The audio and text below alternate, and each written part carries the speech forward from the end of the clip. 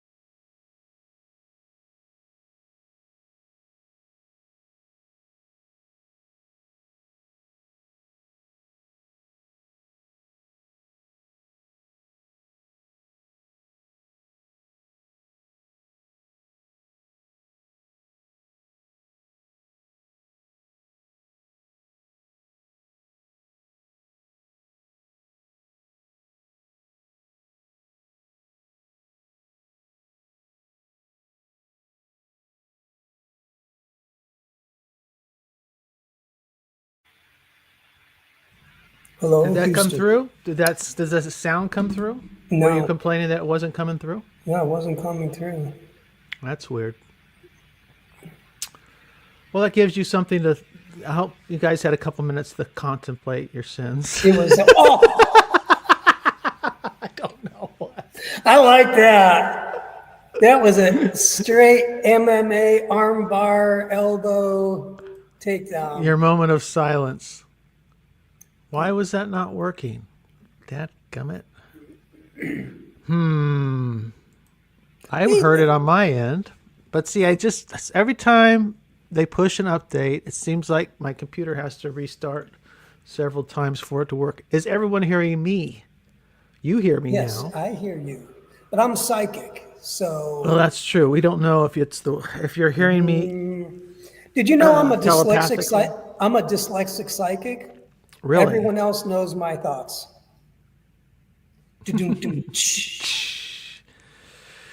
Oh, I where's got a the million. rim shot? But yeah, got a million of them. Got a million of them. I can't hear you, Mark. What? No, I can hear you, Mark. Oh, I can hear oh, you. Oh, okay. he's Oh, I winking, got it. He's Mark. winking though. All right, all right, all right, all right. I'm gonna Ethan, try this again though. I don't. We'll only play it. Let me switch it up and try I something am else. echoey because I'm in an echo chamber. Hello? Watch.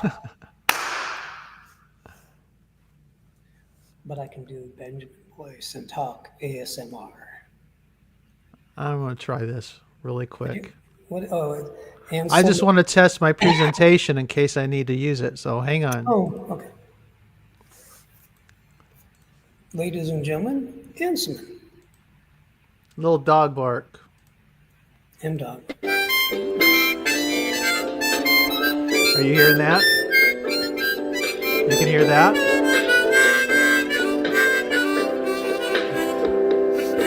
But That's really okay. it's good. Maybe it was just a Good night, glitch. Thank you, dog tears. bark. Sorry, we'll play at the end. For We miss you. we'll see you around. Yeah. Okay.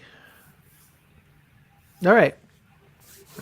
So what's anything hot Yeah. simmering on the front Yeah, burner of your mind it and was heart? good.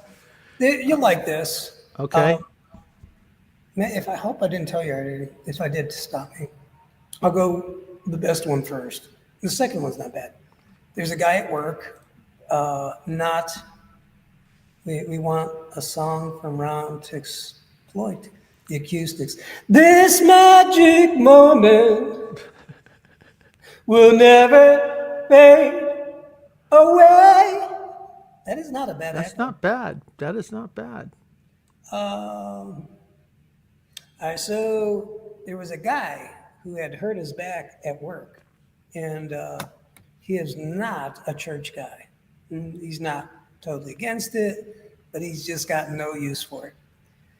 And we were in the line to get sandwiches at from the lunch lady because we work on campus and they have good lunches. So he's like, "Hey, I'm like, how you doing, dude?" He's like, "I got a bad back. I wrenched it." And I'm like, "Oh, dude, like he's hurt." I said, and I gave him the look like, "You want me to throw one on you? Like, you want me to pray?" And he's like, "Yeah, sure, why not?" So I do a throwaway jump shot prayer, legitimate, but it's, "Lord, in the name of Jesus, be healed, pain be gone, cartilage, tendons, ligaments, tends to be made whole, pain leave in Jesus' name." Looks at me, nothing, zero. And I'm like, "Why don't you," I say, "Can you move around, test it?" And then he tests it and he looks at me, gives me the look. And he goes, "You keep that up, you're going to make a name for yourself." I was like, "Don't tell anyone." So that was cool. That was fun. I liked it for him because one, he was hurt, and two, it was a nice calling card. Now this one you'll like. So there's a happy ending to it, but there trigger warnings galore. Okay, so there's this. These guys are not saved, or rather, church. Well, no, I take that back.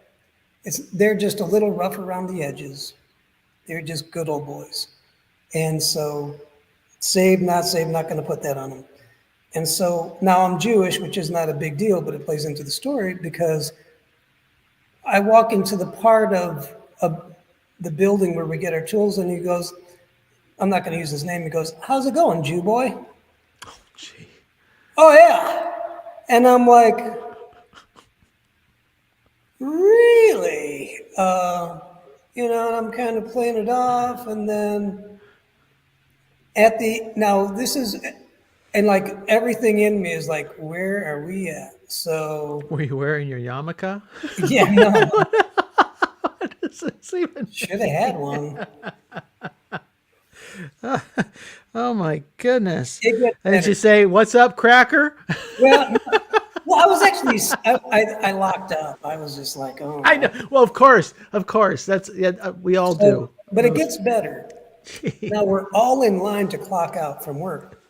And then in front of everybody, he goes, "Hey, what's going on?" Again, he goes, "What's up, Jew boy?" And I'm like, this guy, because on campus, you can get fired or at least written up. Yeah, you could. Yeah, yeah. Well, and I realized in that moment, he wasn't aware. Like he wasn't looking for a fight. But I'll be honest now, last night I had to ponder this. And I was chewing on him in my head a little bit, like, what do I do about this? And in the past, I've confronted people through the system, and it blew up bad because it's retaliation. And so I'm like, I'm not going to do it this time. So I'm like, okay, what's the word say? Forgive, bless those that curse you, pray for those who spitefully use you. Father, forgive them, they don't know what they're doing. So I'm doing that last night, and I'm getting somewhere pretty good because I'm like, because he said it in front of the clock to clock out in front of everyone, I'm like, he's not trying to cause a fight. He's just stupid. And I'm using some harsh words that might be a little too harsh, but He's not trying to start a physical fight. So I'm like, all right, if it happens again today, we'll see what happens. So I'm kind of keeping quiet around him. I'm trying to keep it all internal, like, and again at work, we're around everybody, and he's just like, "How's it going, Jew boy?" And I just go, "That's it," and I charge him. But I was joking. You know what I mean? I know how to play a game Okay. because he's bigger than me, and I'm not a threat. And I'm like, ah, you know, like, and he's like, he kind of laughs, and he kind of like, ha ha ha, and I'm like, fine, I'm praying for you now. He's like, what? I'm like, yeah, because he has diabetes and he has a bad pancreas. Okay. And so I'm like, I'm praying for you now. You're getting a new pancreas. And he's like, I'm like, where's your pancreas at? And he goes, I don't know. It's like somewhere. I'm like, fine. In the name of Jesus, you know, pancreas be made whole. I mean, in front of all the guys, and I'm doing a prayer. And I'm like, oh, and I go, and help his bad attitude. And he cracks up. And I'm like, and it was like, you pick on me, I'm going to pray for you every time. It worked out pretty good. Good. It was, because I had to say something because it was inside Well, me. just trying. How would he even know you're Jewish? I had no idea. Somebody in the crew must have told him, like, it's the weird, dude, it was the weirdest,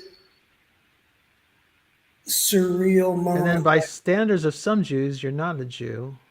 I know, according to Jacob, I'm not. So Really, it gets very confusing well, I'm all around. I mean, his No, but- motivations. What I like is I'm Samaritan. That's right. I'm a half breed. You're something. I'm You like, are something, Ron Copperman. well, You're a pistol. I'm a pistol. I mean, pistol in need of repentance. That's Are what you a Jack Hayford fan? Mark Jack S. asks. Who's Jack? Jack Hayford? Hayford, Pentecostal preacher. Kind of he had a The pretty word. significant church and ministry on TV for quite a long time. Going back, probably got his start in the late 70s, 80s, and then I don't know if he may still be alive. He could be one of those guys. Just never dies. Seemed like a pretty decent chap. Right? Kind of low key. He wasn't a shouter or a rebuker or. Oh, he's dead now. Mark S says he's dead now. That makes sense because he'd was old. be close to 100 if he was alive. That makes sense. So no, I was not ever into that guy. But Anselman is cutting it up in the hive mind today. what's he doing? What's he saying? Where we at? Railway station in London, St. Pancras. Sorry for a bad joke. Okay. I like that though. It's not bad. So what I'm I like a helping, good pun. yeah. Go ahead. So, not really. I'm seeing God honor just small prayers in a big way, and that's getting kind of fun. Because if he got a new pancreas, That would be a small prayer. It'd be a big- well, but you know what? I know why it's going to happen because I'm so ticked at him sometimes. Oh, God's gonna fix him out of spite. Well, because no, he's going to fix me. God's going to fix me. He's like, I love him. Like, I don't want to see he's picking on him. He's mean. God's like, I love him. I don't even know what he is. He doesn't sound too bright. And here's the thing: he's a history major, which means he's not stupid. So he's a kid. No, he's in his 30s. Okay. He's But he's got a student? He was, no, but he's not. Okay, was a student. He's Okay. like maybe 30s, 40s. Okay. Just So he should know better. but He's testing the boundaries of our post woke age.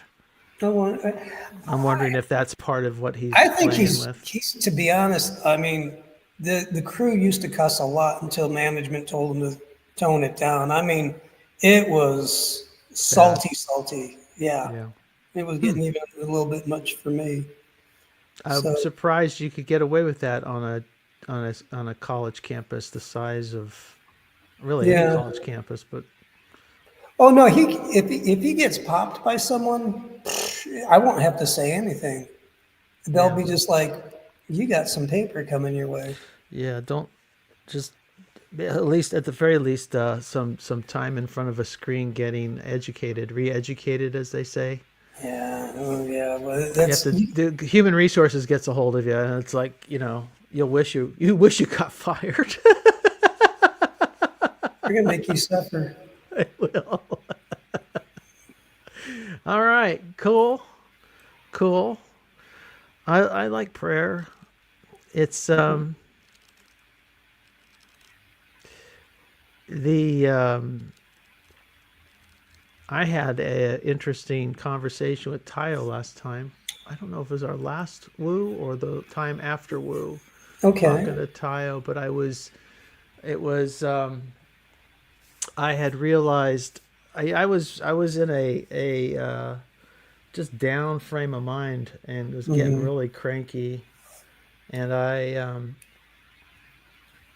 uh oh, what happened was is not this last prayer meeting, but the prayer meeting before. Hmm. So 2 Wednesdays ago now. We, we had a couple guys come in with a wrong frame of mind, and one of them is like a church leader, an elder, a Yeah. new elder, and he's wearing, he's kind of really wearing his mood disorder on his on his shirt sleeve, On a kind of short really sleeve. on his shirt sleeve, yeah, short. So it's really obvious that he's in not a good frame of mind. It's really clear you need to deal with this, man. Hmm. Bringing a bad energy, but it's just like, and then his buddy comes in, and they just kind of took over the opening of the meeting. It wasn't took it from a kind of sacred space into a let's bash Calvinists and let's just I trash knew it was other Christians. predestined for you to bash a Calvinist. There you go. Yes, you're destined. Sorry. But it was just like a bad scene, you know. All And right. I just and after we were done singing, I just bowed out. I said, I can't do this tonight. I'm done. Next day, the pastor texted me something. I can't remember what, and I texted him back, and then said, "By the way," whenever you get a text that says "by the way" from me, probably at that point, you should prepare yourself. Oh Lord. And I just said, I said, I can't do any more prayer meetings like that. If this is where we're going, I'm done. I'm out. I said, this is not me. This is not right. I actually said it's demonic because I consider that kind of schismatic Okay. attitude Yeah. to be Yeah. demonic. Yeah. Yeah. See. And now you can take this, you can take the demons figurative or literal, however you like. I just consider it to be a very un-Christ-like frame of mind and not conducive to prayer. Certainly not before a prayer meeting. I mean, if an estuary meeting, anything kind of goes. You can Right. get all types, all shades and flavors are welcome, right? Right. Within reason. It's mutual. I Yeah. think what does Van Donk say? Mutually respectful. Yeah. So as long as it's mutually respectful, it could be anything. But this wasn't respectful, Right. and but I really unloaded. But in talking to Tayo, I realized I had a little moment of revelation that helped free me up spiritually. Was that my that day or day before, I had walked by a gurney. A guy was rolling. I was walking into the building of my mom's place, and he was rolling out a body in a bag. Oh. And I would also, and then I would recognize the daughter a few minutes later, and We would talk for a little bit, and I realized that I'd met one. I don't necessarily believe.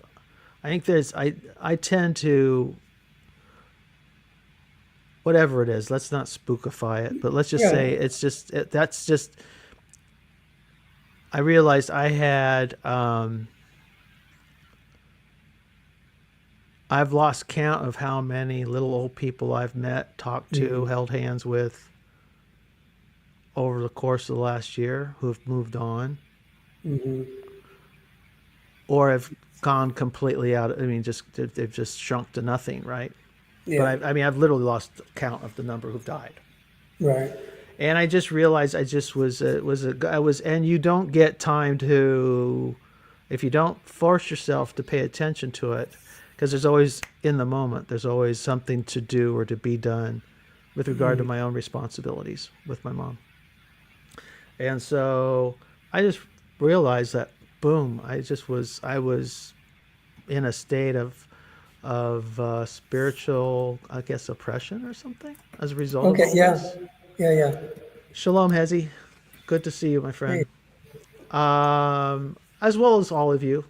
Good to see Mark Jackson and Tbilisi. I don't know what he's doing up at 12:53 in the morning in Tbilisi, Georgia. Anselman, of course, I tried to play you, and we will try to play your Nicene Creed again at the end. But anyway, good to see everybody. William, of course. So, anyways, I realized that I just not acknowledging or attending to my state of mind and the effect that things have on it. So it helped. It both helped free me, but also helped me pay more attention to going forward to what the moderns call self-care, or You gotta take care of your own have head you. and heart, for Yeah. sure. Well, it's Dude. Christian. I think it's Christian. Yeah. We have more modern language for it, but I think it's a Christian value. Yeah. It's. Because there is something spiritual happening too at that level, and whatever your metaphysics on the subject of death, I'm disinclined to think that a dead body is just a dead body. It's not inert. Okay. It appears to be just a thing, Right. but it's a very special thing. It's a thing that has encased a human soul, Right. and if it's new, it's a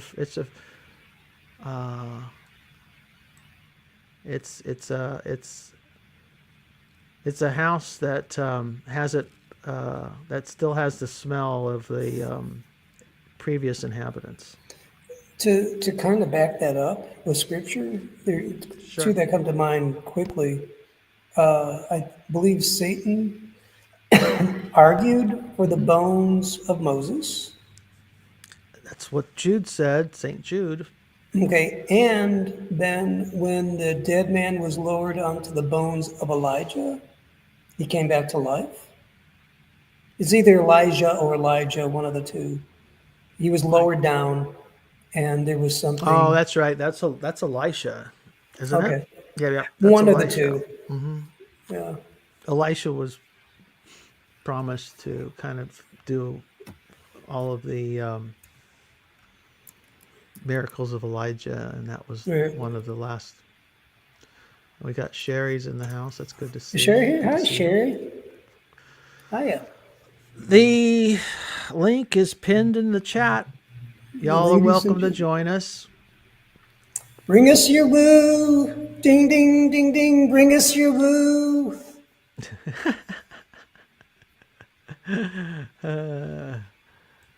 Let's see, X9.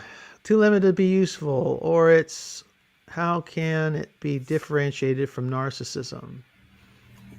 Well, if you're hurting people unconsciously, or if you're not behaving skillfully because you have not attended to your own basic care,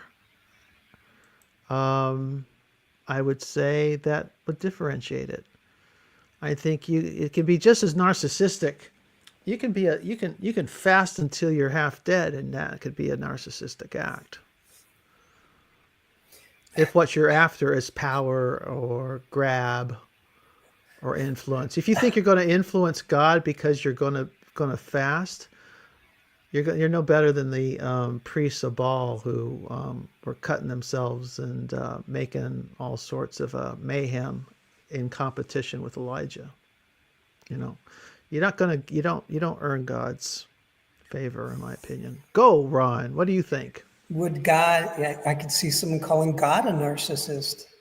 All you do is you just get worshipped. Like, there's a joke in there. I can feel it. I'm not bringing it.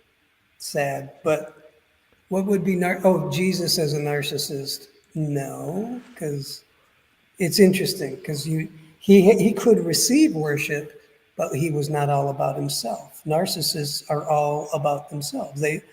I think sometimes they even want what would be considered worship. Or at least they're just self-centered and they don't care. Whereas self-care is taking time to realize where your emotions are at and process them. Because if you don't, and you keep them bottled up like I do, trust me, the toothpaste's going to come out the tube somehow. Well, and the idea that everyone takes care of themselves. This is kind of a normal, and if you don't take care of yourself, then you're going to become a burden on others too. Or you'll blow up. Right. Hi, Mandy. People take care of themselves in all kinds of ways, right? You choose. I don't see anybody running off to Flint, Michigan to drink water from a lead pipe. That's why we drink beer in Flint, Michigan. I mean, you choose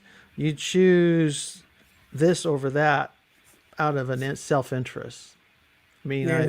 I choose to live in a house because living in a house is warmer and drier than living You don't get eaten by animals.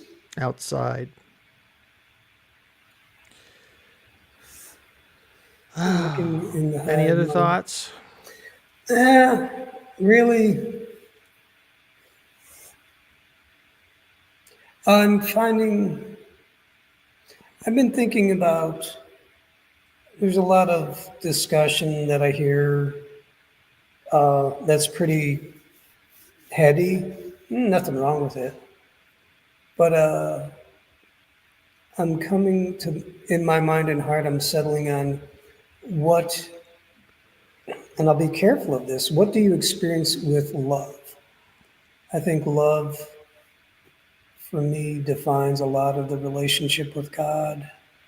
And I mean, but I'm cautious to say if you don't feel God's love, it's not that you're not talking to him.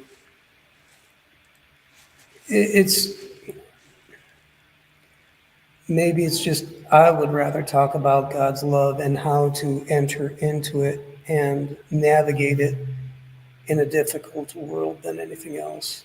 That's just me. So, Ethan. Self-care without context. By the way, confession was, psychology came out of confession, I believe, because I've heard that Sigmund Freud wanted psychologists to be, it's like priests but without God. So I could be misquoting them, but that's the best I remember from what I've heard on in the hive mind. Oh goodness, what else? The guy. Let me ask you something. You shared? Do you remember the preacher you shared a couple of weeks ago? Which one? Give me an idea. I probably do. Dan Moeller? Hogan. Oh, David Hogan. Yeah. Sure, I can pull him up. You want me to pull him up? Well, I don't know if I clipped it. Let me see if I clipped it. Freud studied Jewish exorcists. That's interesting. Around, it's not about you into I God's did love. not clip it. It's about I don't think seeing I it. Maybe that's why you're. It's interesting. Oh well, not meant to be because we'll never find it. I'm not going to waste time looking for it. Maybe some other time. But he did say something after that section we played during the that live stream when somebody he was talking about healing somebody and he claimed a member of the audience was doubting. He said Uh, and then he yeah, rebuked that individual for doubting.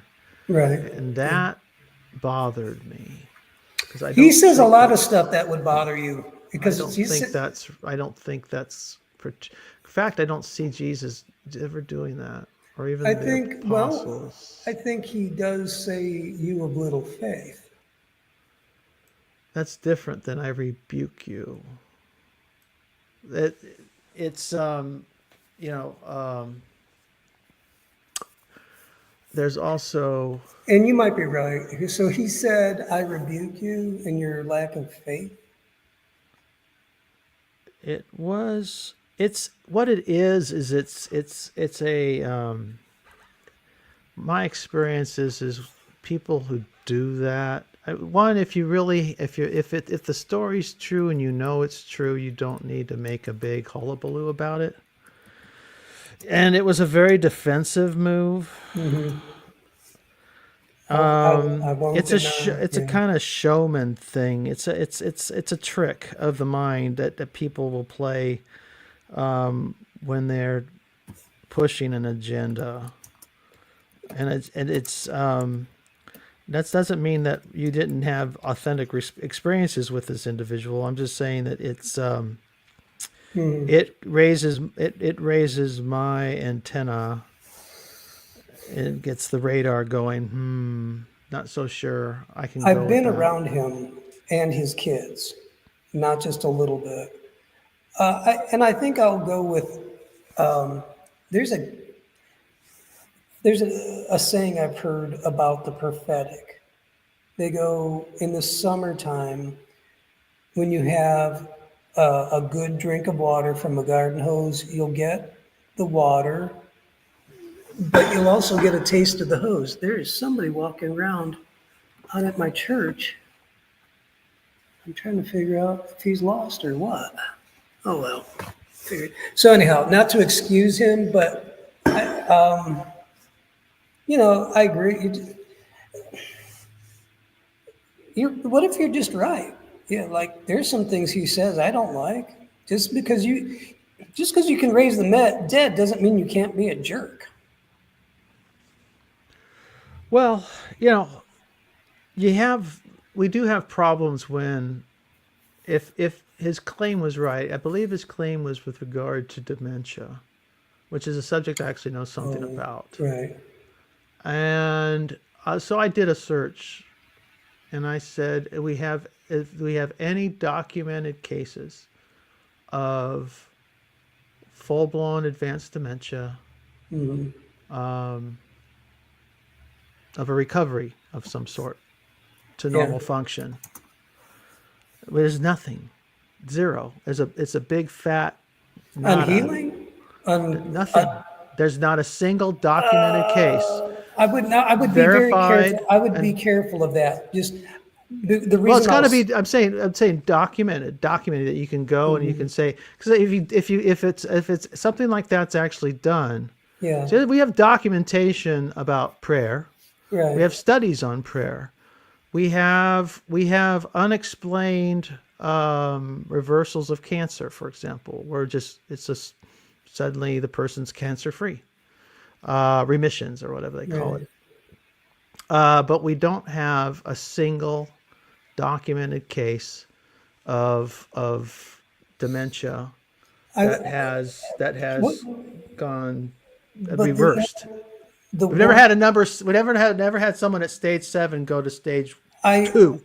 and I'm not. I guess what I'm saying is because the David Hogan and that one lady actually that was a dementia case. that she got healed. But as far as cases, there's a guy named Randy Clark who does. Um, he's starting to get the cases like you're talking about. Wimber went and specifically Wimber Mhm, opened his church up to yeah, academics and researchers hmm to document and study their yeah. claims.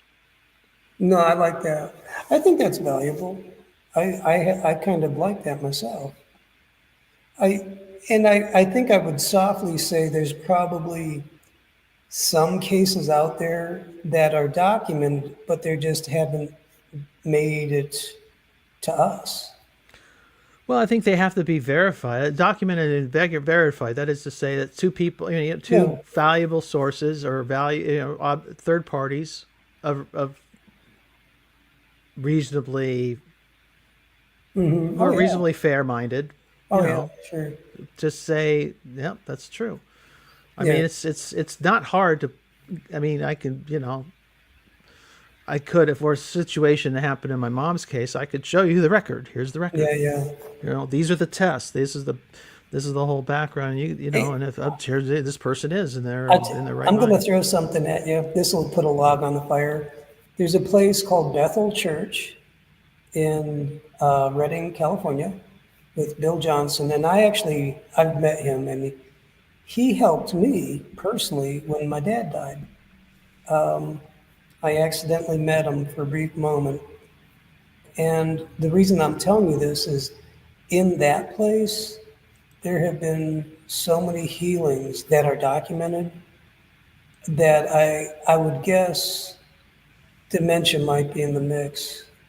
So, and then there's another guy named Randy Clark that I've been around. Mhm. He has a lot of healings, and I'm guessing he's got a dementia case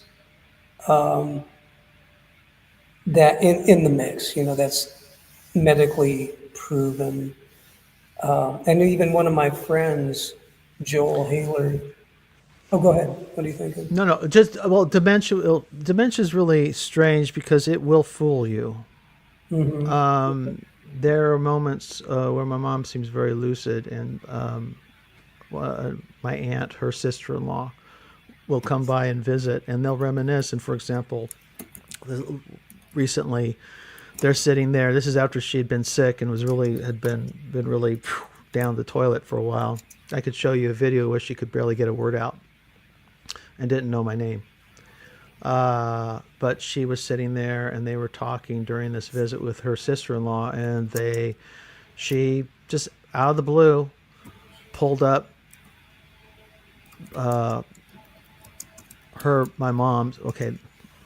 my aunt's husband, which would have been my mom's brother-in-law, had died 3 years before, roughly. And she said, so that he died about 3 years ago, right? Has it been 3 years, kind of thing?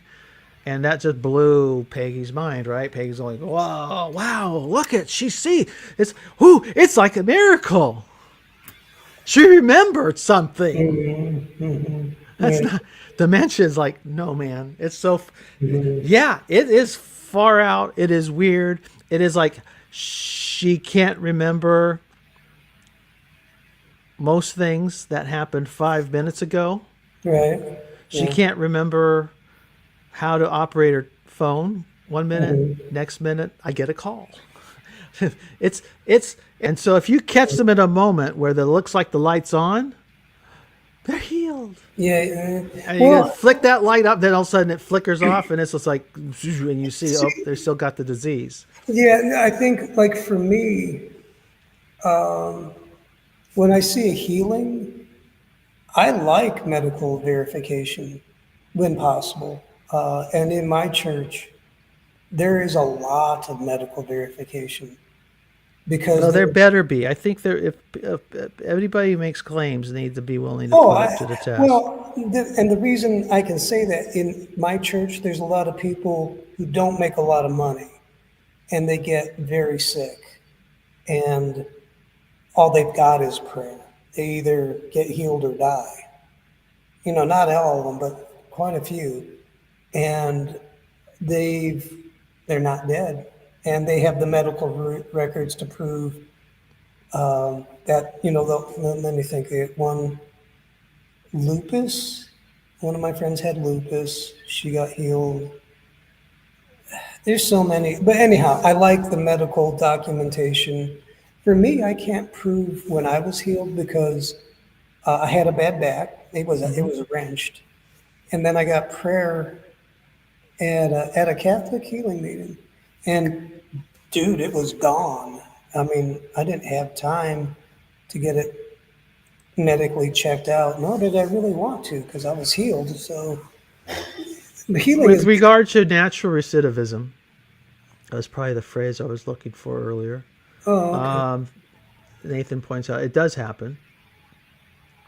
The problem is with true dementia, it doesn't, because it's much more like a missing limb.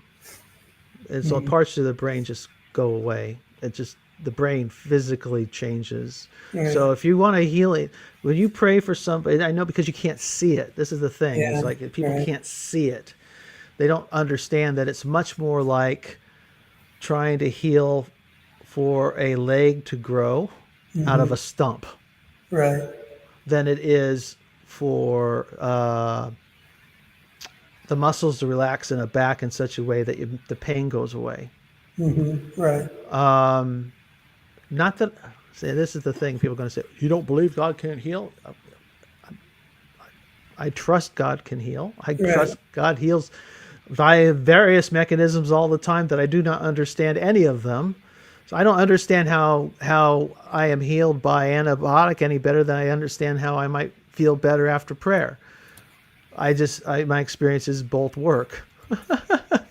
So I trust it. Yeah, hang on just a second, Ethan. And then, but people do need to respect what you're asking for. And particularly with regard to something like Alzheimer's, mixed dementia, Lewy body disease, various forms of dementia. Some are, I mean, just you delve into the subject, look it up, look for X-rays, look at or CAT scans or what have you, MRIs of a brain before and after, or a brain with dementia and a brain without it. It's a world of difference. It's just this horrible disease. Yeah, no, it's evil. And it's not something. It's not just having a bad memory. Hey, Mark, my mom has Parkinson's. Okay, it's a physiological. Yeah, Major it's By the way, before we let Ethan talk, just so you know, if this should make the doubters feel good, Jude. Verse 22, there's only one chapter in Jude, so it's easy to find. Jude, verse 22, have mercy on those who doubt. So don't rebuke them. Don't yell at them. Have mercy on them. I like that. It's in the book. It's it. I'll be like, David Hogan, you big meanie. Mark Parker says, take this Jude. Well, the thing is this is the Lord keeps me out of these rooms. If I would be like right in the middle, I'd be in his grill. You know what though? No, I would be right in his grill because that's what I do. You. No, he would like you. That's good. Seriously. Yeah, that's good. I wouldn't attack him either. I'd try to talk to him in a nice way and respectful. Yeah, you and him are very similar. You'd get along. Ethan, welcome, sir. Howdy, howdy. Howdy, howdy. What's happening? How you doing? You still feeling the buzz, or are you on the? You know how these things kind of have a wave pattern to them. You know, in my experience. Yeah, I mean, I'm definitely still feeling the buzz. I mean, I'm chugging along, trucking along, all of the ings along. Good.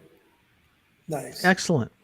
Excellent. It's fun meeting all different people in the TLC, and like now I know that Mark and Ron hang out on Tuesday afternoons, so now I know where to find them. Yeah, and we schlep around on all things that are supernatural. Woo, it's theology has left the building. It gets fun.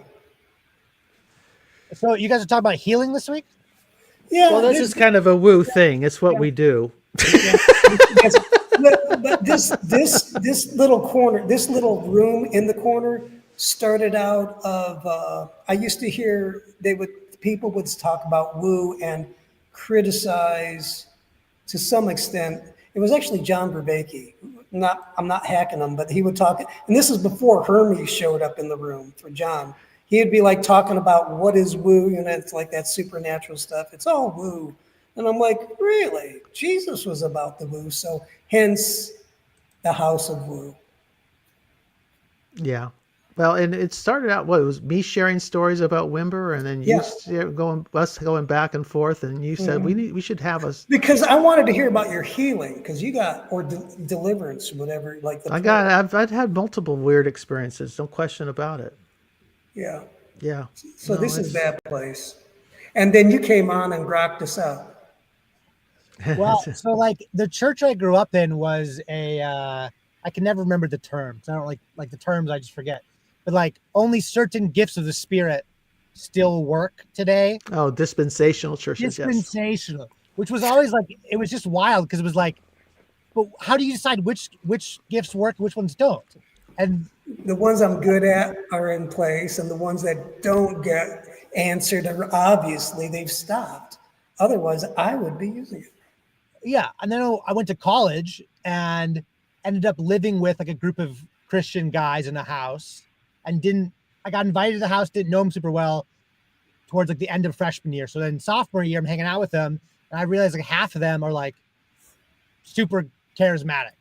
So they invite me to church, and then I'm like, oh, this is a whole different world. Like there's all kinds of things happening on a weekly basis, and I just never knew what to do with it. And then I found myself like in the middle of things I didn't have boxes for, which I later then went off to like scientifically explain after the fact. But you get to some small places in Wisconsin where people really believe that Jesus heals, and it sure seems like Jesus still heals. I don't know. Yeah. You know what I've found the secret to be for healing, all kidding aside, is simply anybody who calls on the name of Jesus. And even if you don't believe, if you go, Jesus, this pain, I have a need, I believe you heal, please do it now. Or, you know what I'm trying to say is, it's a moment of faith. If you, in simple faith, it doesn't have to be anything emotional. And then really, if you do that, statistically, you will see eventual positive results, meaning God will interact in response to your prayers. Not complicated, not difficult at all. Anybody can do it at any time for anything. It's just, the funny thing is, it's like, I say all of us are like eagles. It's just that we've never jumped before. We don't know we have wings. We don't know we can fly. And we don't know we were made for it until you try. And then you go, oh, wait a second. So this is how it works. Okay. And just keep trying. It's like, then it's a little bit like baseball. You swing and you miss. You're going to quit. There's no crying in baseball, and there's no quitting with Jesus. Yeah. I don't know if Ethan asks a good question. Digital Gnosis. What's that? If I can't believe like that, do I get? Yes. Oh, I love atheism. I have crippling pain at 28, and he has good reason. He's been injured severely doing. And I'm not kidding you. I love atheists. They're so easy. It's low-hanging fruit. Listen, atheists are cheap dates for me. I would. And like right now, and I'm not being sarcastic, and I don't. Take Ron seriously. Do not underestimate. Do not underestimate this man. I'm serious. He is serious. He's a little bit of a goofball. All Pentecostals are. That's just a given, but do take him seriously. And so when he says he's going to pray for you, he will pray for you. He'll pray for you earnestly. And I would, even if you don't believe, Especially be willing Yeah. to accept any little blessing you get from it,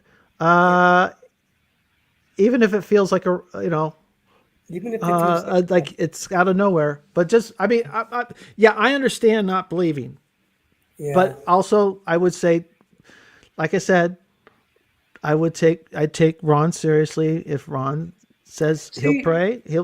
I would not be surprised. Is all I'm saying. Go, and here's the Ron. thing with Anselman, and I like you, Anselman, don't get me wrong. I cannot demand physical healing. I think of it again as I'm not demanding anything. I'm an ambassador in Christ. My job is to take ground that the enemy has taken. And just for me, one of the things that this world has been overcome by is pain. Me, dude, I had incurable tinnitus, and it was bad. I mean, I could have gone to Canada and probably got myself killed real easy. It was, I was pretty high on that level. It didn't happen fast, but I got healed. It was through prayer and not quitting. I wish it was easier, but my point is this: is it Nathan that was wanting prayer? Yeah, Nathan. So, Lord, in the name of Jesus, for Nathan, God, I don't care. And Nathan, I think, hear my heart on this. I don't care what you think. I care what he thinks, and he likes you. He likes us. And by his stripes, I declare healing for you with your permission. Pain, leave, diminish, and go. Father, heal Nathan. Because you love him. In Jesus' name, amen. Amen. That's it. And Anselman, as far as me demanding stuff, dude, I've met him. I don't demand anything from him, but I've learned that if the refrigerator is open and I'm allowed to go there anytime I want, and if one of my friends needs food, healing is the children. This is the other side of the coin, and Anselman's 100% correct, and you're 100% correct. Right. And I mean, I don't. Percentages don't really apply. I'm being facetious, but I think there's truth in both. You can't claim it. Like, it's not science. No, it's not.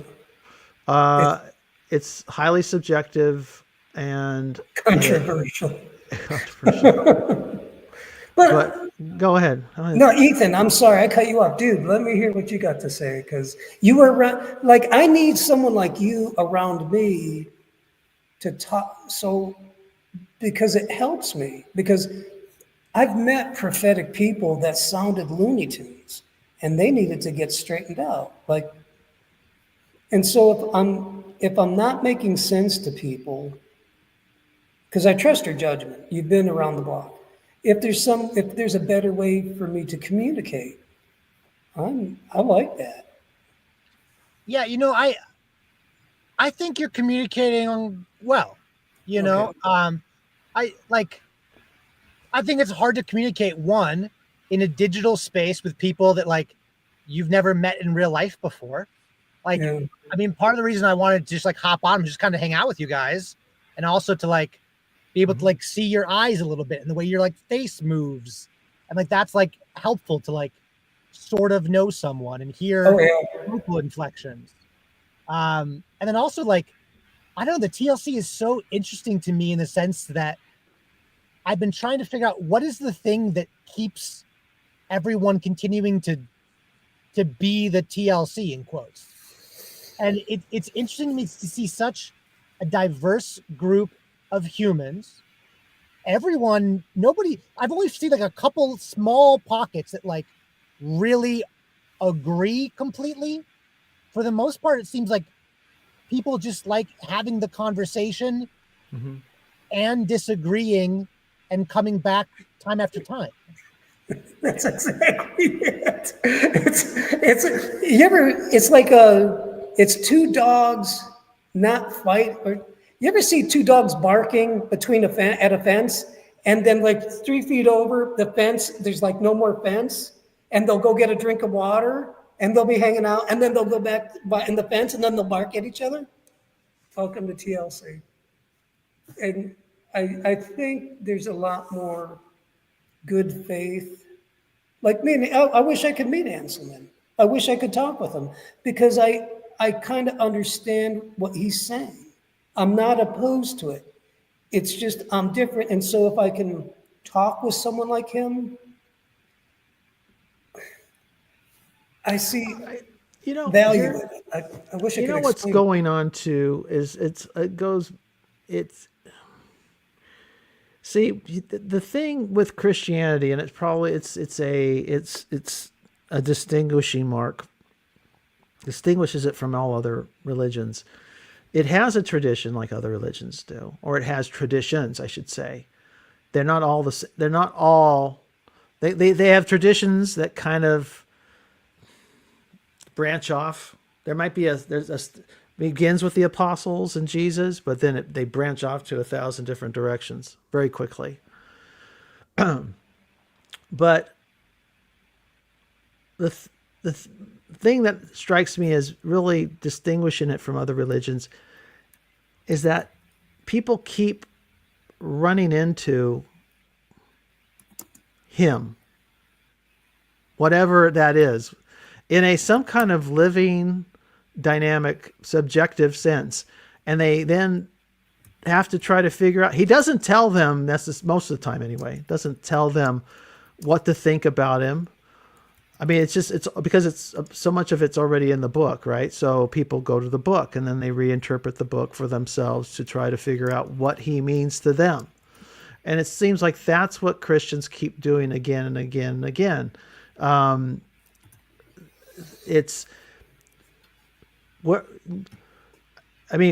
You see Christians try to appeal to the past to give their present position some extra credibility when they have doubts about their subjective experience, because that's the hardest thing to trust in, right?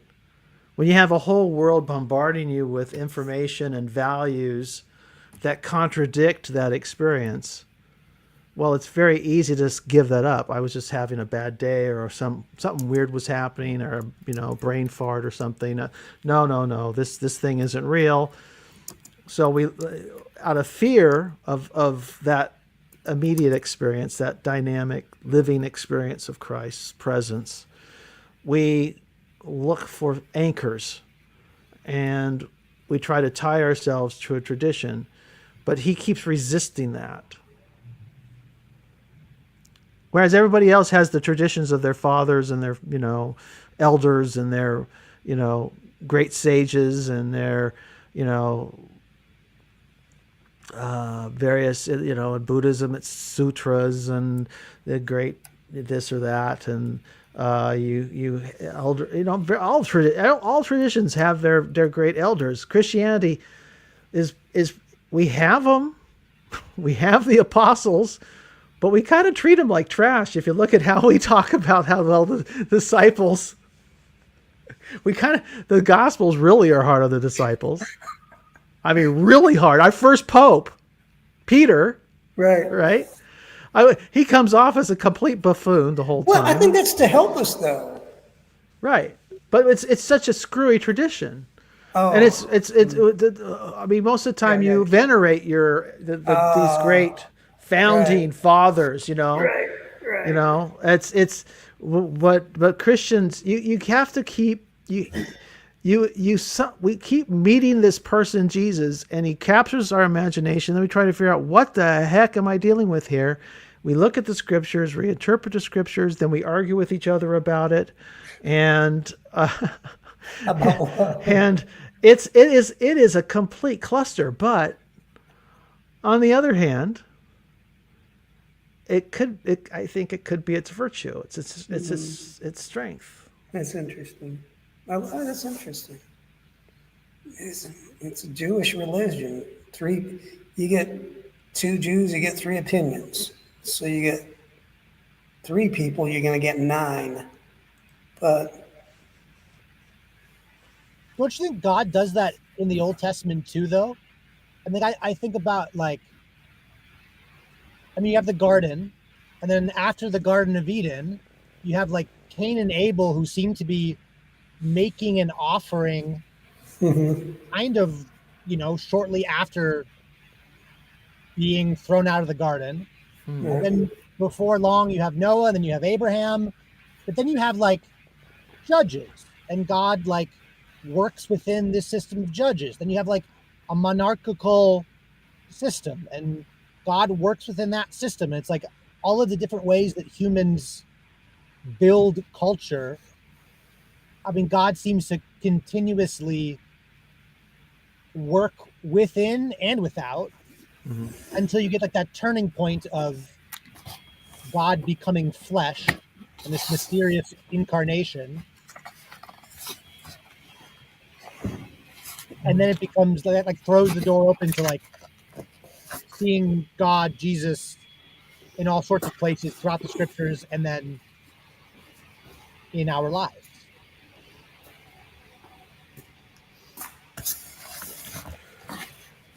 You definitely have. It is really interesting that the hero, the hero king of the Hebrew scriptures is David, right? Who's something of a gangster and. a man. You okay there, Ron? Oh yeah, I'm getting the water. Am I making grunts? Well, no, it's just never mind. Sorry. That's all right. That's all right. But it is interesting. It is part of the Old Testament. You're right that there seems to be something that the memory of David is better than David was in reality, which is kind of strange. I mean, it's his virtues are extolled, and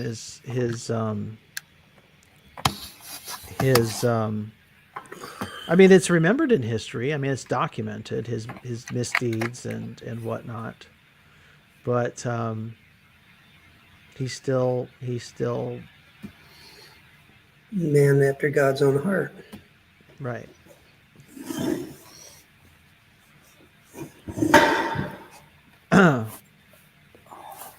But what are you converting to? If you meet Jesus, what are you converting to? When you talk about, is that even the right word? Because we use it a lot, but what does it mean? I'm trying to follow Jesus. Okay. Like, I mean, that's because I've been thinking a lot about that. Earlier today, I went over to like the Grail Country YouTube, and I ended up chatting with, maybe it's Nate that is the Grail Country. I'm not exactly sure. Yeah. Anyway, I was chatting about universalism, and I asked him on the most recent video that was posted, like, what does it mean to like say, as a universalist, I think this? I'm going like, is it wrong of me to like go, I don't really know that I want to be a universalist or a dispensationalist or anything like with an ist or an ism. I'm like really hesitant about. I'm going, is that just like 33-year-old naiveness? Because I'm concerned, like, okay, I want to follow Jesus, and then before long, I'll find myself following a whole framework with a set of doctrinal creeds, which I don't think is like inherently bad. I think it's good to look at tradition. I think tradition is important. I think the Bible is important. I think what the Holy Spirit does in community with other humans is important. But I mean, I feel the same way about like politics personally. Is like, I don't know that I could like subscribe to some kind of political party that also comes with it like a whole group of beliefs or positions. I go like, I like a couple conservative positions, and I like a couple liberal positions. Like this is America that I'm referencing. Like, how could I join one thing where I go, I don't know that I'm like, can't I just try to live as an individual in the context of a greater community? Can't I just follow Jesus? Do I have to? Like, I'm gonna join a church when I end up moving back to Wisconsin in the middle of July, but I don't know that I even desire to join a denomination, and I'm not sure if I'm right, if that's a good thing or not. I guess.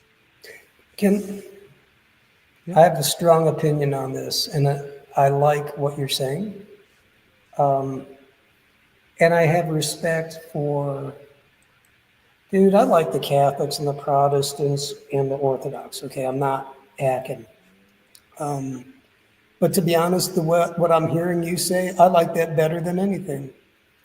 Your job, for me to boil it down to 2 lines, is to love God with your heart, soul, mind, and strength. Rule number 2 is love your neighbor as yourself. The law, all the laws, all the prophets hang on those 2 things. But that's Jewish. I mean, that's just, you could do that and be a Jew, a very good Jew. Well, I'm going in. I mean, that's what distinguishes. I'm not against it. I'm not knocking it. I'm just saying that's no. Well, I know, but there's I'm nothing. Getting at, what I'm responding to is Ethan's comment. To be honest, I hear a heart cry that I agree with. I've been in the game for 24 years, and I had a moment that was transformative. Wham. Mm-hmm. And I have stewarded it.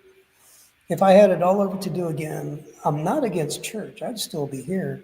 So is it the wham that makes us Christian? Hi, Jason. It's welcome. Hi, Jason. In my That's case, what I'm wondering. Is that what makes us Christian? Is the wham? No, actually, it's like, I'll go with love. Or your encounter. Because wham. But that's what I'm talking about. That subjective experience. That's there's a weirdness to what we're following. That's the woo. Because it's not mandatory to have experience. It's just that when you have it, don't ignore it. Because that very well and I think it is him talking to our hearts, and we have clean consciences, because he will convict us when we're doing bad to do good, because to protect us. But he'll also convict us not convict us in a bad way, convict us when we're doing good. You give us, it is love. Like when you have a healthy relationship with your wife, your spouse, friends, family, you feel it. Mm-hmm. It might not be incredibly vibrant, but when it's bad, you know it. And you want to restore that. So my point is this. I think, from what I'm hearing, you have a relationship with God, and it's vibrant, and it will grow. Enjoy it. Where you land, I'll be honest, I don't care. Just as long as you follow after his love, your relationship. And rooted and grounded in love, you'll be okay. And I know it's not individualism. Welcome. I'm stirring a pot now, but I'll be honest, I don't care anymore, because I think you've pushed Ron over the edge, Anselman. He doesn't care anymore. I don't care. You don't know where I've been, Anselman. You don't know who I've seen. I've seen God, and he wasn't happy with me, okay? He was not. I'm looking for that. How do I highlight? Anyways, I'll have to work on that one. Anyhow, does that make sense what I just said, Ethan? And did it help? That's it. That's what I was looking for. Yeah, no, it totally makes sense. I mean, that's like one point towards, like, you can, I don't know. Yeah, yes, it made sense. That's all. Sorry. You're kicking me out again, Parker? Is that how it is? I want to hear from Jason. Let's hear from Jason, because Jason, I believe, is Luke's favorite theologian in the corner. Oh, please don't bring that up. Hi, Jason. I've never met you. That's starting to go around, and I'm like, it's gonna get old really fast. Plus, I don't want to have to live up to that. No worries. Yeah, sorry, I had to reboot my computer, so I missed out. I was tuning in, but then I think I missed whatever happened when my computer was down. It sounds like you guys moved on to some other No, stuff. we haven't moved on. We're good. Just go ahead, jump into wherever you want to. What brought you with us? We emailed. We've been meaning to get together and do something. Yeah, I know. It's just good to see you. Just crazy schedule. Yes. Yeah, I don't know. I just heard you guys talking about the whole faith healing and the movement and everything, and Ron was dropping a bunch of names that I'm familiar with. Oh, do you know those guys? Do you? I don't know them personally, but I grew up in Word of Faith church that was really, they probably taught more of Kenneth Hagin's sermons than they actually taught out of the Bible. Sure. Yeah. Okay. Right. So, but then I know of Bethel and what were some of the other ones? You said Randy Clark. Hogan. Listen to David Hogan. He's connected, I think, with Heidi Baker, right? Yes. I have friends who are connected with her as well. Yeah. All right. You're in my territory. It's just a topic that always kind of interests me because I guess just because I grew up around it a lot and I've seen a lot happen. I prayed for a lot of people. There was one year where I just determined that year every time I went to Walmart, if I saw somebody who looked like they were sick or whatever, I was going to pray for them. And it was excruciating. I hated going to Walmart because it was just that little scooter noise is just What did you see? Tell me, dude. Well, I mean, there were a few things. Most of the time, you're just kind of praying and then walking away. But there was, a lot of stuff here and there. I think one of the best things was I remember, one that stood out to me the most was I went into this Walmart and there was a lady there with her husband. She had a cast on her foot. And then she said she was in a lot of pain. So I asked her to pray for her. I prayed, nothing happened. And then I just asked if I could pray again. And they both were really resistant. They looked at me like they wanted me to leave right then. And I was like, please, can you just humor me? I'll make it really fast, 5 seconds. And I just let me pray one more time. So I just said a real quick prayer, walked away. And 30 minutes later, she just walked up to me and just gave me a hug in Walmart and said that all her pain was gone. And who knows if it came back after that, but it left, but it did leave. Yeah.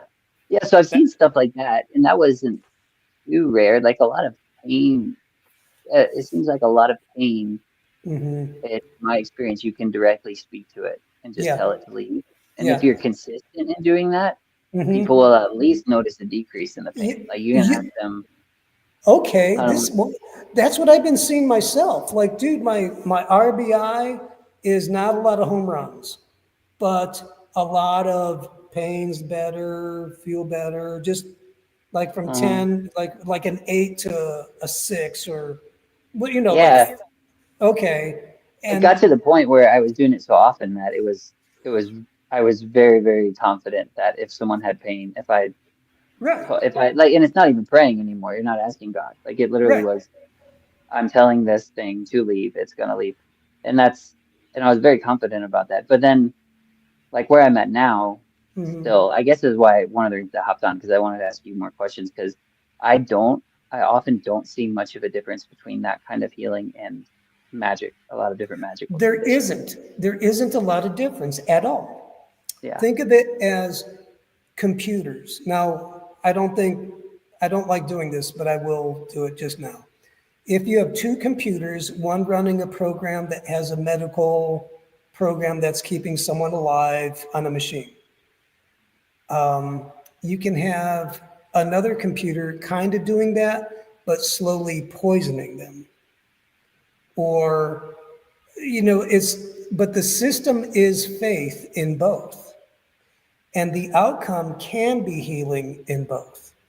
But it is, I think the big word is telos, your target is either Jesus or not Jesus. So if I pray and someone gets healed, I'm like, God loves you. He did it. He likes you. You ought to talk. My name doesn't count. Bye. Other healings, they're like Thor did it. Ragnarok's real. You should, you know what I mean? Well, You yeah, are, I know what you mean, or you can accept the glory for yourself. I guess yes, just there just seems like there's two different types of prayers, and one is the where you're going to take your authority as a child of God and say, right, like, yeah, well, we're here, Christ. You can pull the scripture, like on the scriptures, and say, Christ said, "Go into all the world. I give you the authority. Like heal the sick, right, whatever, right, preach the brokenhearted." Hmm. And so you can do that, but then there's also the other prayer of like, well, I mean, I've seen people try to do that and die. Like I've seen plenty of people, and yeah, I've prayed for people, and they've died. Like they have yeah, cancer and they don't get healed.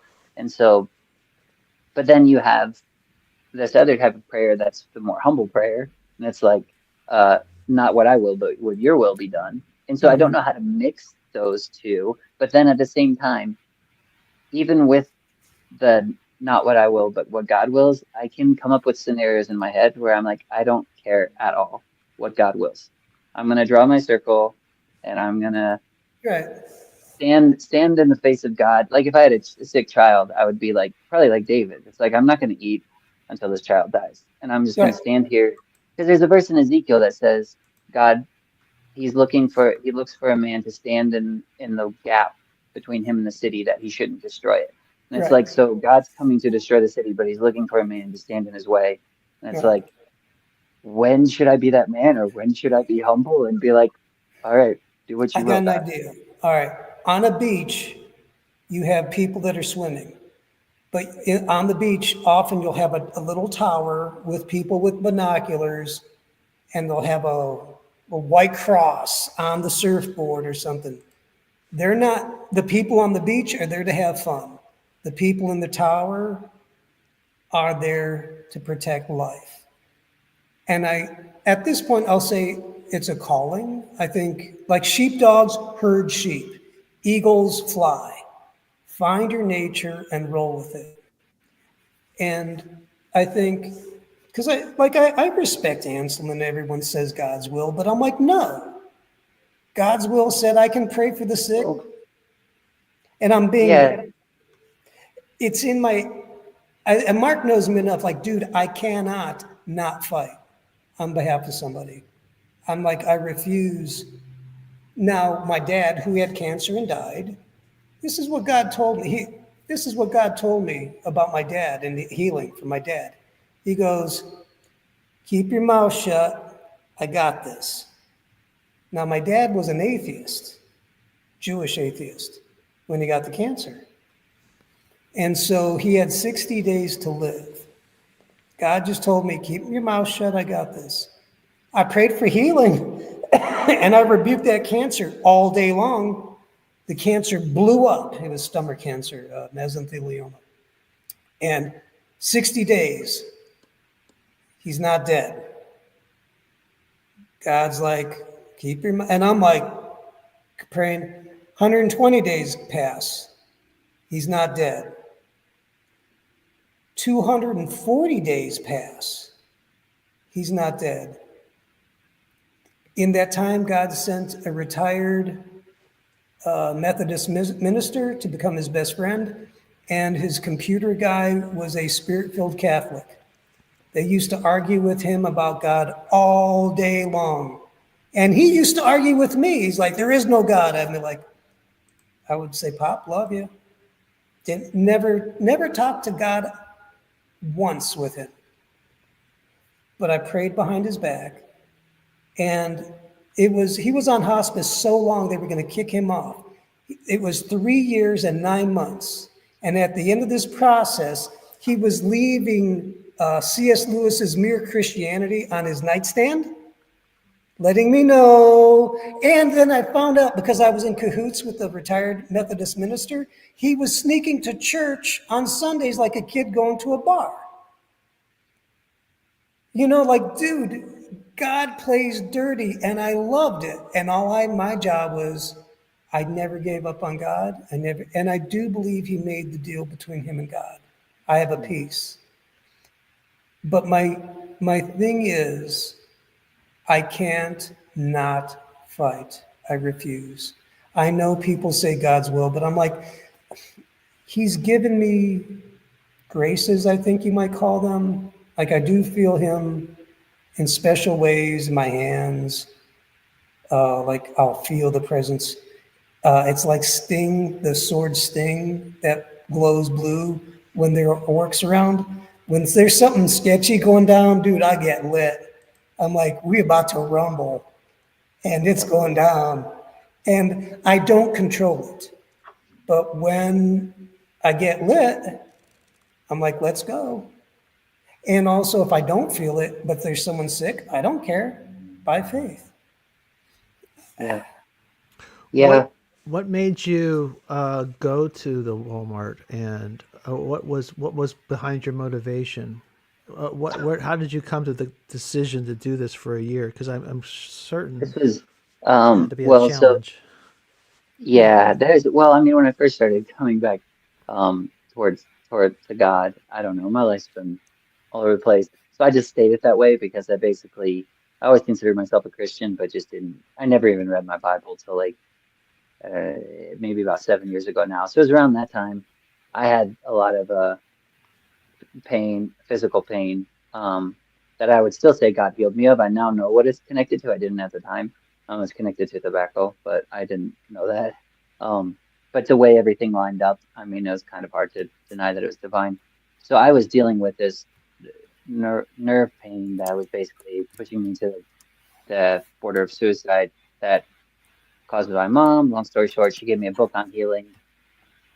I read the book, got healed. And then after that, I started reading my Bible and was kind of coming back to God. But I was still in that Word of Faith movement. And so I was kind of around all that charismatic stuff and just around healing a lot. Like my church, if they taught about anything, it was almost always about healing. And so then I think just constantly being around it and being stirred up with that, then I just was praying for people because I wanted to see it too and see it actually happen. And wanted to see people get healed the way I was, because I didn't. And I think I kind of had this weird sort of I don't know, this sort of vengeful heart towards pain in general. Yeah. I knew what it had done to me. Yeah. So I just wanted, I hated it. I hate, and if people were dealing with it, it would make me mad. I'd just be like, this is, Right.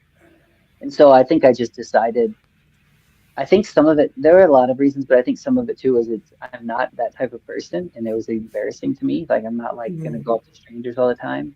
And so then that thought will always kind of come into my mind, like, why don't you want to pray for people? Like, so what if you look silly? Like, so I just kind of told myself I would do that. And I went to Walmart like almost, pretty often. I mean, probably at least once a week. I don't know, maybe more, probably more than that. So I guess those were probably the reasons why. And then I don't really necessarily know why I stopped. I think just maybe pursuing more of I think really honestly continuing to read the scriptures and hold them in like the highest reverence that I had caused me to hit where it felt like there were walls in my tradition of faith, the Word of Faith movement, where it was like they believe this and no other thing. It's like God's will is to heal and that's it. And I think on, some, in the eschaton, the eternal level, that's true. But there are scriptures that say like, I'm the Lord, I wound and I heal, like that He makes people sick. And so then My grace is sufficient, right? In Paul's case, La la la la la. I don't want to hear that, Parker. I heal it now. it's in the book, La Ron. la la la la la la. So wrestling with all of that, I think, caused me to kind of come into maybe different understandings about God that kind of led me out of that. Where I'll still pray for people, I just haven't. Right. I don't know. In being in different circles too, you do have to be kind of careful with it too. Like a lot of Christians don't like you demanding or commanding different, and you never necessarily command or demand anything of God. I don't think anybody would say that in the Word of Faith Right. movement. They would just say you demanded of lesser spirits or something. Like you rebuke a fever, you rebuke pain, you rebuke like the illnesses, the Right. afflictions, the infirmities, all those things. And uh yeah, and so I don't know. It Well, just we do that in a sense. I mean, in a lower. I mean, in a different way, a less dramatic way. When we just take Tylenol for a fever, right? I mean, you're not negotiating with the fever. Right. You're not talking to it either, but you're not. You're just you want it gone, and because of technology, we have the ability to lower the fever Right. yeah. mechanistically, biologically. Right. Yeah. And so, in a spiritual way, you're not. So you don't ask. No, who asked God? Well, ask God if it's His will that I take Tylenol for my fever. Nobody ever talks about that or condemns that. So Yeah.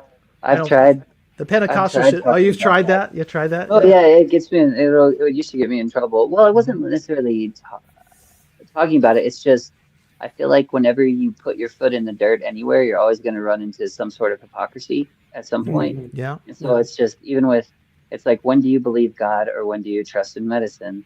And then Mhm. when you're trusting in Western medicine, like I mean, go back to ancient days. Is that just like potions? Like then what are you? And so Sure. and then it's just like where are you going to draw the line? And I think trying to figure that out not necessarily got me in trouble, but I think it would ruffle people's feathers because like I don't know, Mhm. you're telling me to Well, draw a it's a line far out somewhere and I don't thing. know where. It's Yeah. yeah. It's well, and I've wondered. Well, last time I really my conscience bothered me getting an implant, a dental implant Mm. to replace a tooth, Mm. because not everybody can afford it. Even in the United States, not everybody can afford one of these things. And uh, and I've thought, but like you said, where do you start? Where do you stop? Do you take the? And at this point, I'm like going, my level of privilege is so extreme. I mean, it's it is what it is. I mean, it's What's up? there's something of that. It's and I have no good answer for it. But I mean, it's just it's Yeah, let me turn that on. Sorry, Mark. I no worries, apologize. no I got worries. church stuff. I will be right back. Don't go. Don't do Okay. anything crazy without me. But you know what I'm saying? There's a ethical factor too. That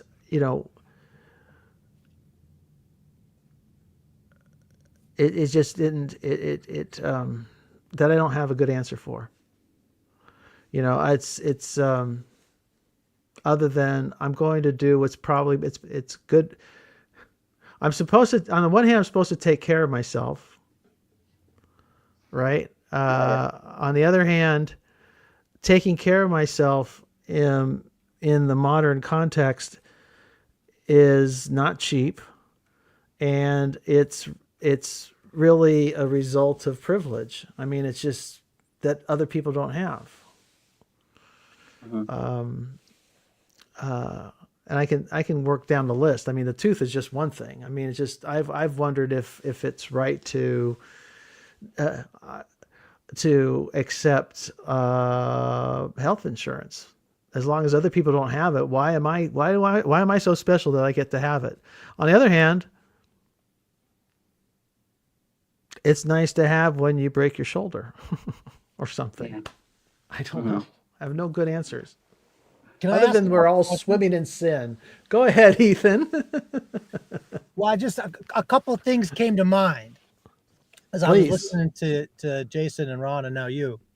Okay, so Jason, when you were talking about pain, you were using the word pain, but it sounded like you were saying there is a thing behind pain or some kind of spiritual reality that I am rebuking and like pushing further from this human. So I thought that was interesting. And then we're talking about what's the difference between, faith healing and magic. And like the story that comes to mind for me is like when Moses and Aaron go to Pharaoh to like demonstrate the power of God, and they start doing, these demonstrations of God's power, and like Pharaoh's magicians respond with demonstration of their God's power, or their magical power. And so like, I mean, that story seems to say that there are ways to access, I don't know if you want to call it like spiritual technologies, or if there's a better like term for that, that are outside of, let's say, like the Judeo-Christian tradition. And the last thought I had was when you were talking, I think was it Ezekiel with like standing in the gap? Yeah. That reminded me of the story of Noah, and like leading up to the flood, things are like really getting wild. There's a story of some kind of spiritual beings that come down to earth and have sex with humans. And then there's like, I don't know, Nephilim, whatever you want to call them, seem to be part spiritual being, part human. And then there's like these giant warrior kings that are ruling cities. And God seems to go like, okay, this is too much. Like decreation is getting out of hand. I've got to like try this again. But then God finds one righteous person. God finds Noah, saves Noah, and brings Noah through a flood, like through a big act of decreation, to then like start over creation again. I was thinking about healing as one, like if we're in the house of woo, then like what's really going on? When we're talking about pain, are we talking about some kind of spiritual reality or spiritual possession? I don't really know. I have no idea about that. And like, what does it mean for decreation to take hold of the land or of a human body? And is God the kind of God that like wants to push the forces of decreation back and to recreate? Want to go for that, Jason? Do you have a Okay. thought? I didn't know if you did. Yeah, so I guess on the topic of magic, like when you brought that up, I mean, there is like Solomonic magic, all that stuff too, where like you get in this magical realm. John Dee, all that stuff, where he's like talking to different spirits and angels and everything, and then you can command spirits to come and help you, and it all seems to be like you have the Most High God, and it's all like lower levels and stuff. I believe that it works. Like I have faith that it actually works, which is kind of why I don't, that's what freaks me out about it. There are certain Catholic, well, I shouldn't say, I'm making a very, very uh, overgeneralization. I know of one Catholic ritual that I didn't want to do because it reminded me too much of magic, and I was like, I'm too worried this will actually work, and then I'll have to deal with karma because I don't know what I'm doing with this. So when it comes to magic, I feel like there's there's something different about it where it feels to be a little bit more karmic to me than like faith healing does. But then at the same time, there is a way like growing up in the Word of Faith movement, it almost seems to weirdly kind of, I don't know how it doesn't necessarily have a karmic nature to it. So that, I don't know, that's kind of a scattered thought to your first one. The other one with where you're talking about the pain as I think as more of like a spirit than an actual physical ailment. That's one thing that's really interesting to me, and I don't know what to do with that. Like, I don't even know that I've ever heard a good answer in the Word of Faith movement, where it's just like some stuff, and it probably is just every case is different or something. But I have prayed for people that I think one girl had a headache. I prayed for her, and then she said the pain left her head and went down to her shoulder or something. And it's like, what? Like that. It was just weird stuff where it's like pain Mm. that should be localized in your head. If you had have a headache, it shouldn't move around your body. And I've heard people talk about that quite a bit in the Word of Faith movement, where it seems like what we think is a physical ailment is actually like a spirit or something that you can actually rebuke. But I don't think that's all the case. And I think people in that those circles would say that's not always the case. Like it actually is something physical too. And I think even other people in a lot of other traditions, not just Christian traditions, like other ritual healers would probably, I would assume would say similar things. I feel like I've heard people say similar things. Um, so I mean, that's one thing I don't think I have an answer for. It's fascinating to me though. And then the decreation thing. I mean, I think that's a good, really broad overall view of it that I'm trying to like step back and look at. Um, because I think because I think that if I keep zooming back out that way and God's will is creation and not decreation, then I think that's where you get to the point where you would make statements like it's always God's will to heal and stuff. And where like I said earlier in the comments or something, like sometimes it's more odd to me that a limb doesn't grow back from a stump when you said that, Mark Barker, because I'm like, Yeah. it's just weird that like a baby grows in the womb, and then Right. once we're born, it's like why our cells regenerate? Why would it not? Like it's kind of weird that it doesn't. Like our bodies just don't keep recreating. Why do they degenerate? Um, Well, so you I got don't to know. die of something. I mean, Yeah, that's another thing too. I most of my prayers, particularly, I like that. You got to die of something. you really do. I mean, it's so always keep that in perspective. But coming out of the Buddhist thing, it's so much of mine is about endurance and maintaining intentionality and focus, concentration through whatever circumstances I'm in. So, but whether they be painful or pleasurable, to not waver. You just that I'm going to continue to live skillfully in Buddhist Hmm. lingo.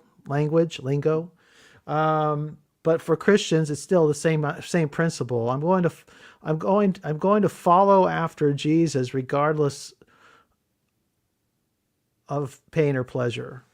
Hmm. That's my goal. I'm not saying I'm That doing it, folks. That's my goal. no, that's what's. I mean, that kind of goes back to when I had that nerve pain. I mean, in my face. It consistently got worse as soon as I started believing for my healing. Like Mm. it got a lot worse and came more often and more consistently, even after I, you know, wasn't smoking tobacco or anything. It was more persistent. But I do remember, like I still will always talk about this day when I'm telling that story, is there was one day where because it would usually come and it would last for like an hour at least, sometimes longer, and then it would go away. There was one day where it was just there all day, just excruciating pain. And I remember just thinking like, where are you, God? And then I opened up that book, that healing book, and it was late afternoon, and it was just this verse that was a verse from Isaiah. And I just remember like having that thing shift in me where it was like, you know what? I don't. I remember saying out loud too. I said, I don't care if um if I have this pain every second for the rest of my life, as long as you're with me, God. Because it seemed like He was speaking to me in that verse. I was like, as Mm. long as you're going to be here, then then I will never say that I'm not healed. I don't know why I said that instead of saying like I'll keep going with you forever, like But it was basically that decision. Like if if the symptoms are going to be this forever and the pain's going to be here forever, like as long as you're with me in it, we'll get through it day Right. by day, second by second. Um, and then after that, it felt like something shifted, not in me. I didn't get healed immediately or anything. I still had the pain, but it was just like you can tell when something kind of shifts. I don't know if it's in your heart or in the atmosphere around you or whatever. And then Right. after that, it got better and went away. And then Right. yeah. But it's kind of that just what you're talking about, like weird. And I mean, I hear other people say that all the time too. It's like people say, if you're believing for healing, as soon as you stop believing for it, then you'll get it. And it's like, well, that's convenient. Like, it's just, it's so frustrating. Well, yeah, the healing thing. If I real,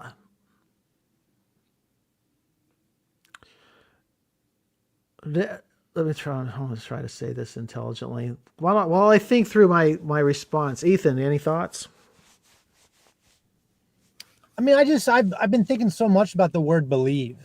Like when you talk about like believing for healing, like I think I might be pretty much done using the word believe, because I just think trust is a better word. Yeah, And I think It trust is way, at least seems to be way closer to, well, yeah, it's, to me, trust seems closer to my subjective view of the biblical author's picture they were trying to paint. Mhm. And so like, what does it really mean to like trust in the healing of God? And you said like the minute you stop believing, that's when like God like does the healing. I was kind of thinking about like, if I'm in an argument with my fiance about, I mean, whatever it is, and we're like in dialogue, and I'm like, but did you really do that? Like, what really happened in that moment? Did you really do the dishes? Da da da da.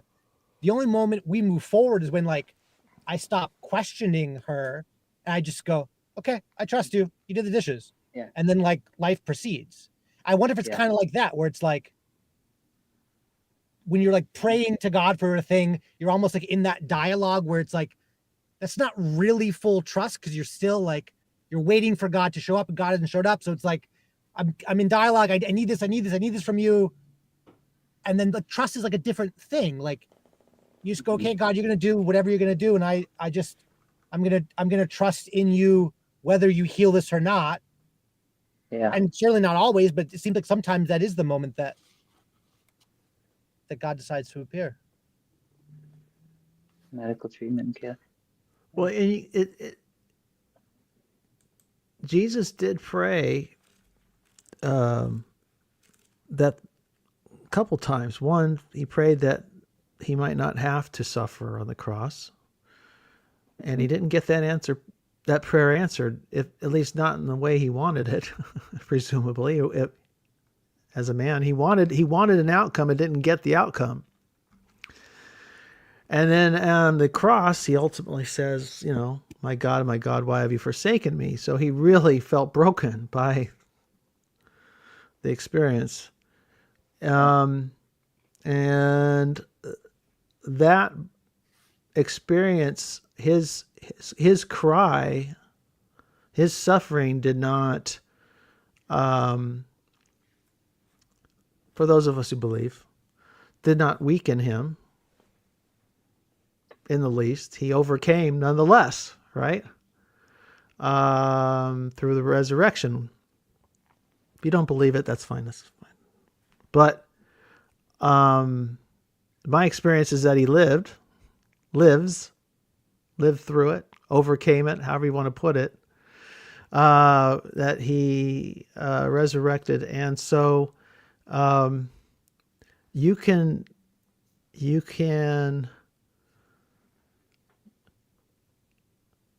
experience suffering, not have your prayer answered, even cry out and be angry at God and be okay. Mm-hmm. But the word trust, I think Ethan's right. I came to that conclusion a while back too. It's fun to hear it independently verified. That the word believe doesn't really work for me either. I'm adverse to saying I believe thus and so. I figure I'll know my beliefs by looking at my actions, for one thing, and two, because that's how I know what I really believe. Right? I can talk all day, but what I do will demonstrate what I really believe. And where my ideas fall short, my thinking falls short, my behavior falls short, I will lean on trust and I'm all in on Jesus in a trusting way. It's just like, I don't know how it all works. I do not perceive Jesus in the way I perceive this cup, but I still trust him. In fact, I continue to move forward and trust him with my life, and in many, many ways, I will put aside my self-interest in that trust. I will do things that are irrational and appear foolish because I choose to trust him and try what in the way that you're talking about, Ethan. And I think that's, now to say I believe, I don't know. Belief's a funny word. At least in English it is. I don't know the way we use it these days. Yeah. It kind of implies a absolute certainty or something. Mm-hmm. Whereas trust, I don't know that trust does. I guess it kind of does, but it feels more like, I don't know. I always imagine it like it's like I'm on the water and I'm on either a large pool or the ocean or something. When I was a kid, I used to do this, is you'd lay back and just float, Yeah. and that's, to me, that's trust. You just kind of, you just accept, and it fails. It stops working as soon as you fight it, right? Yeah. But if you can just let go and kind of relax your body and trust the water to hold you, it'll hold you up. But if I get rigid, it can sink like a rock, right? It's, I that's think the image trust in my has mind. like a. Go ahead, Ethan. I think trust has like a physicality to it. Where like, I mean, because like Mark, like I'm looking at like behind you, you could be like, I believe that wall will hold me up if I lean against it, and you can have that belief fully in your mind, and it doesn't have to actually enter the real world. But like you could also like trust the wall is going to hold you and lean against the wall, and then like that physicality of the wall holding you up proves your trust. Like until you like make it physical, the belief just sits in your head as like a possible outcome. And like I don't know. I like when I read the Old Testament, I feel like there's story after story after story of Abraham's family, the Israelites, where God shows up in physical ways, which is at least in part why they trust God, because there's like a physicality to this God that proves their trust. And that was not the way I was raised growing up in church. Like God was very much in a mental object. And for me, like the supernatural was not really, like it was a supernatural thing, but not in a physical way supernatural. And so now I'm just kind of like, I'm trying on physical and supernatural as one sort of a thing and seeing how it fits. And it seems to fit well currently. I think it's interesting. Look at the journey of Israel and Judah in the Hebrew tradition, going from Genesis to the prophets until, what's the last book? Malachi? Mm-hmm. In our, it's reordered differently in the Tanakh, but anyway, for us, that's the ends with the minor prophets. Anyway, the journey for the difficult, it seems like it was a real difficulty for them, because it does come off looking really easy for Adam and Noah and Abraham and Joseph. But it's like, because I mean, God's right there. I mean, when we start with Adam, it's God's walking with him in the garden, right?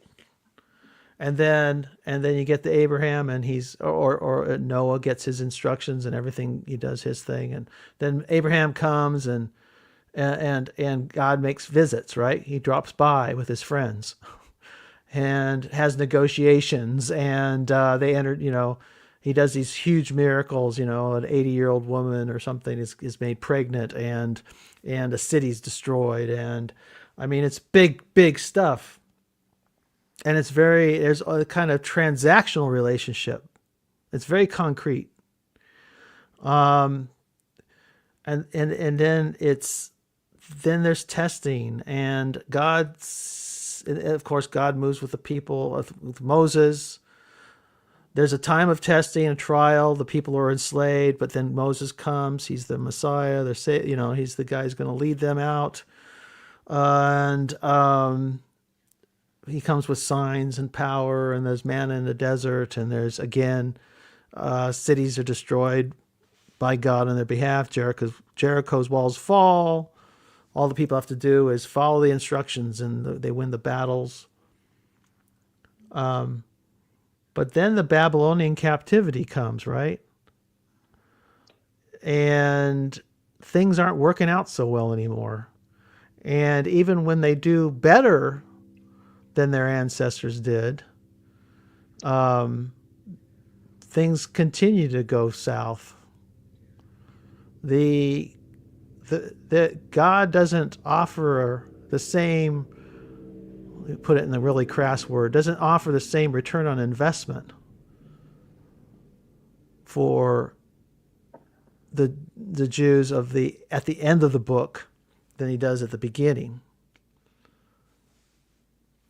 And I think we're in that situation. We're much more, we could probably, but is there anything to this? I mean, it just seems to me like,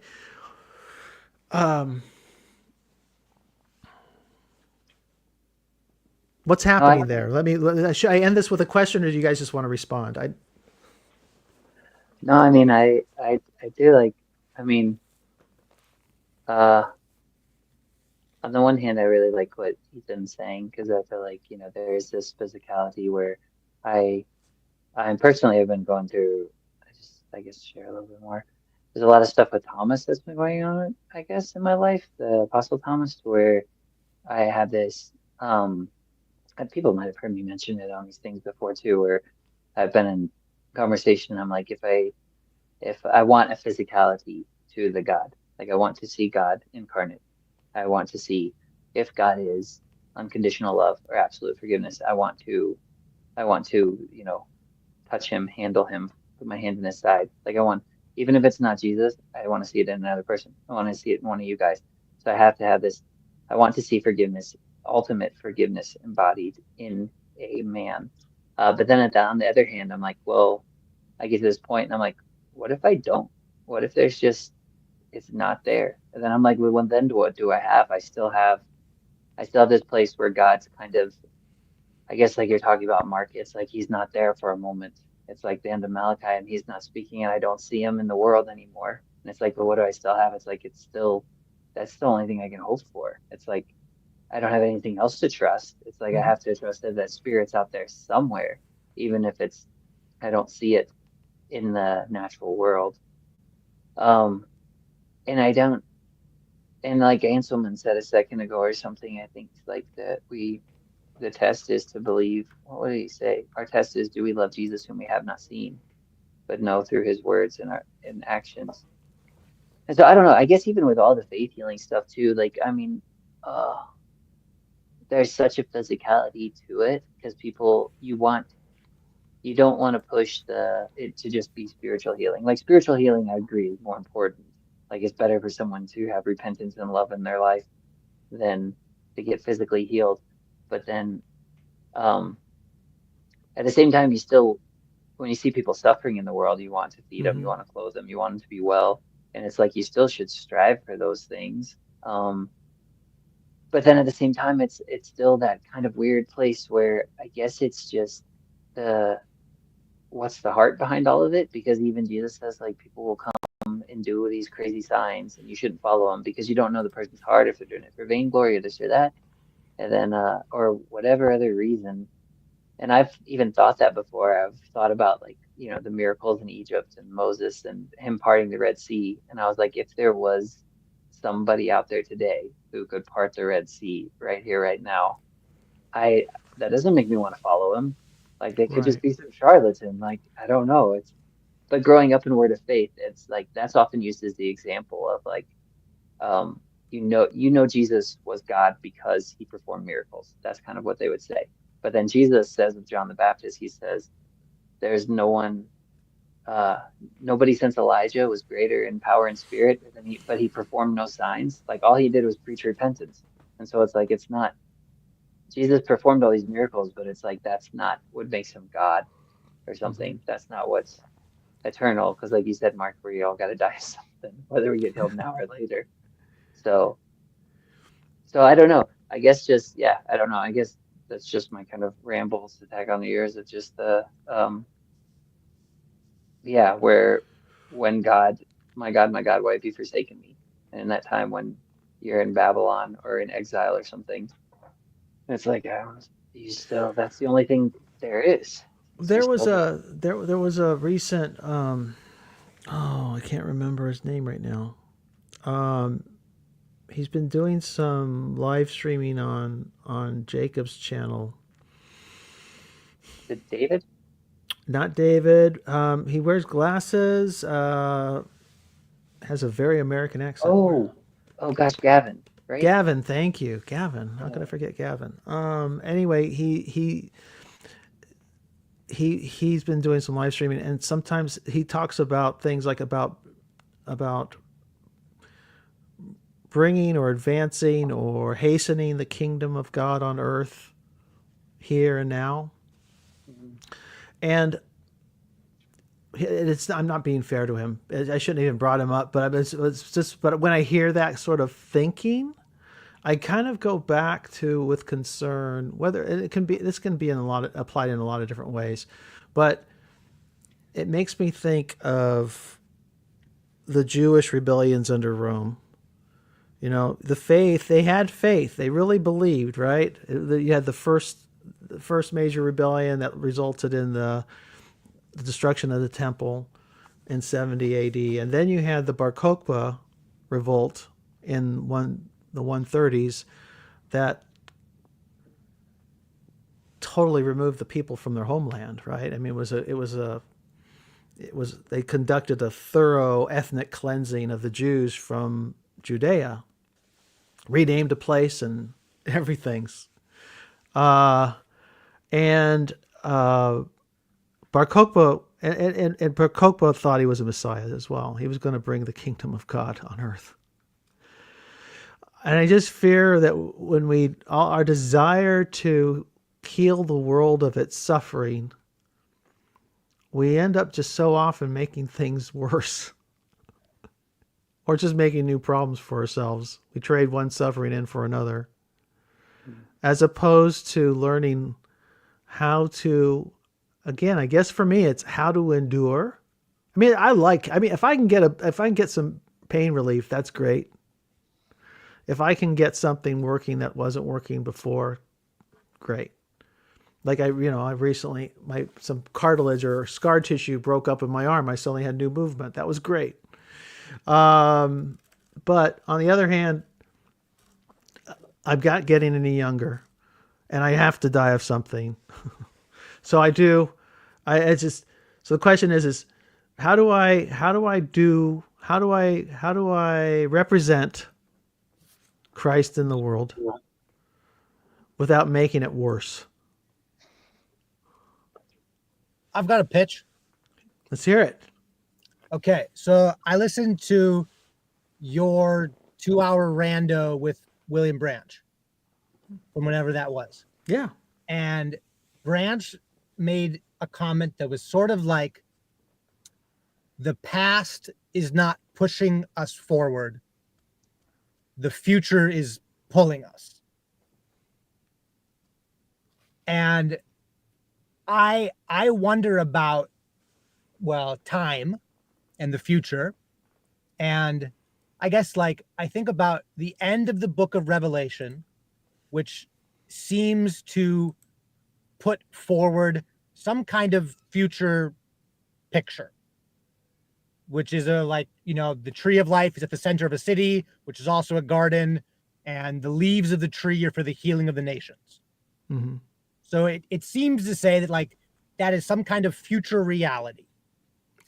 And I wonder about if when Jesus says, like the Lord's Prayer, that your kingdom come on earth as in heaven, if the future can pull us forward, I wonder if we can also like pull the future here to a limited degree.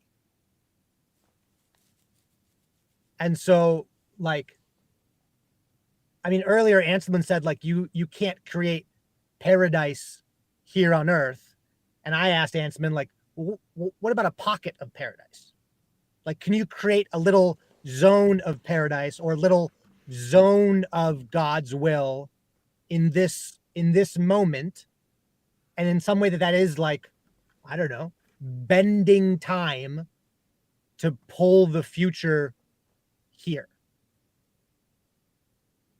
And Einstein would say that we can bend time.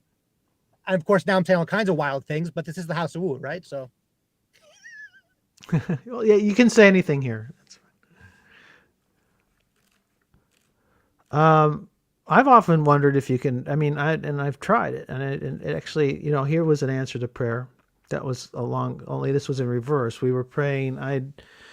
My mom was having a particularly rough time emotionally, and it seemed otherworldly, the level of pain she was expressing, not just physical pain but emotional distress. And and this was not a long time ago. This is fairly recent, months ago, and I got this sense that I got a message. I got a strange. I just in my prayers, or just in a state of contemplation, a thought arose and said, "Pray for the little girl inside," because I knew her history. I mean, it's a lot of deep, dark history of child abuse, family, domestic abuse, alcoholism.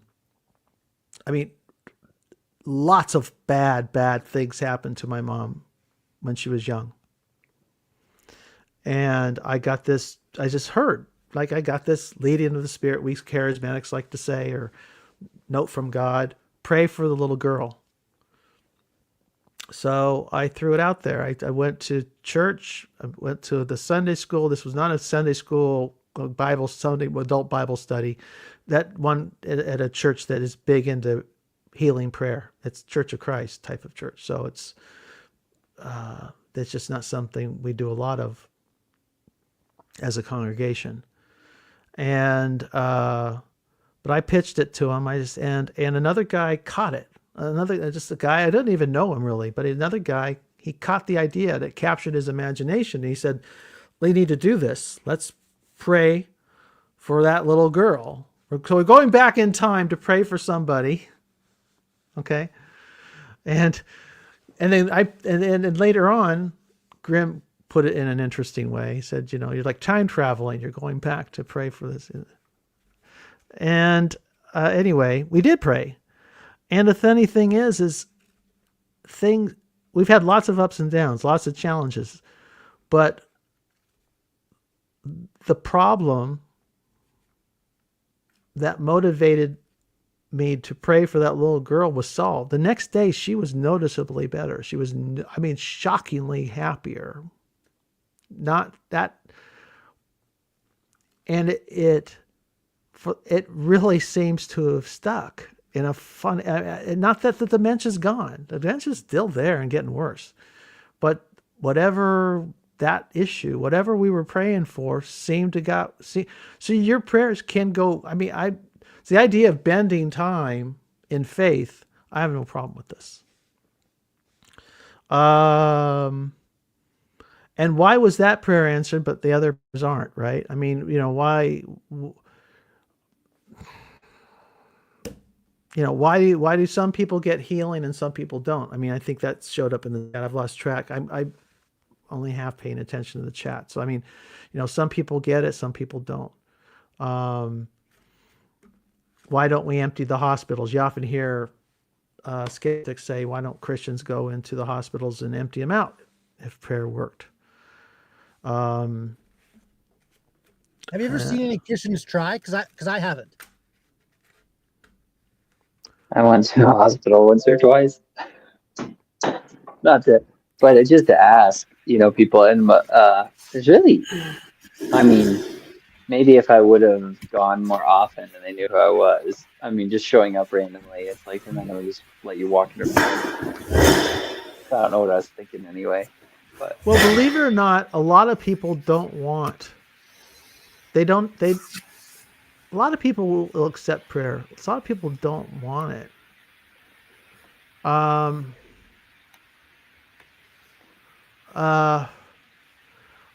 We probably. I mean, there's a lot more. There's a lot more we Christians could be doing. Um. I mean, just. I mean, one of the things is like with homelessness here in Southern California. There's just a lot more we could be doing. We just don't do it, and it's just because it's. Why don't I do it? Why don't I? Why don't? Because well, I can tell you why. It's costly. I mean, there is just like there was a woman. I'm driving by. I've got 100 things to do, and I'm stressed out over it, right? But then I come across there's this. I don't know if she was a woman or a man. Tell you the truth, a person.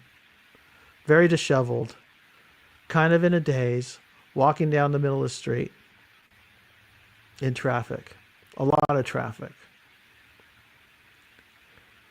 And I thought, I'm the shittiest Christian in the world because I know I should pull over and deal with this person, but I'm not because I have 100 things to do. And some of them really, really, really matter. And this person's care is going to wipe my day. And possibly, even if the money is not an issue, right? It's not even about money. It's the fact that this person is going to be one person, one homeless person. All they have to do is say, yes, do you want some help? I'm in the deep end fast. This person's probably addicted or mentally ill. Or both. Or both.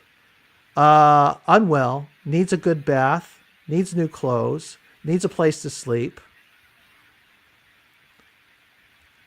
I mean, and when it comes to that stuff, I mean, my resources are not, I've tried to help people with severe mental illness or severe addiction issues and it blow up in my face, right? Because I didn't go in equipped.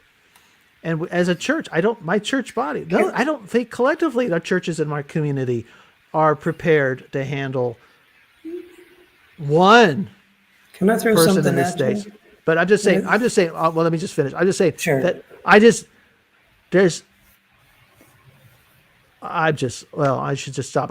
My point is that I am a shitty Christian because I didn't do anything, but I could do that. See, that's at the very practical level. And maybe the reason God does it, maybe the reason we don't empty out, hospitals is because we don't even doing the really simple practical things we could be doing in theory if we worked collectively, because this is no one person, no one family can carry the load of even one homeless person in this state, but maybe 50 churches in a town my size could make a real dent if we kind of partnered up and say, we map out a plan. We have a place to put them. We have professionals who can help them with their addictions and maybe their psychology and their psychological needs. And then, and et cetera, et cetera, et cetera. We have a food pantry. We have a clothes pantry and so on. But I will not carry the load alone. I'm a shitty Christian amongst shitty Christians. Go ahead, Ron. Okay. I'm a man of unclean lips in a state of unclean lips. And I'm always going to disagree with you in an altruistic way.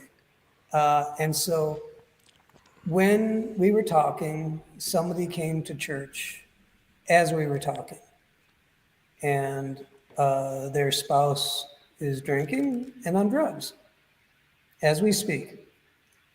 And I was here to open the doors. And I was here to talk with him. And I was here to pray with him. And I think maybe you're not as bad as you think, though we like to beat ourselves up, because maybe we deal with what we can.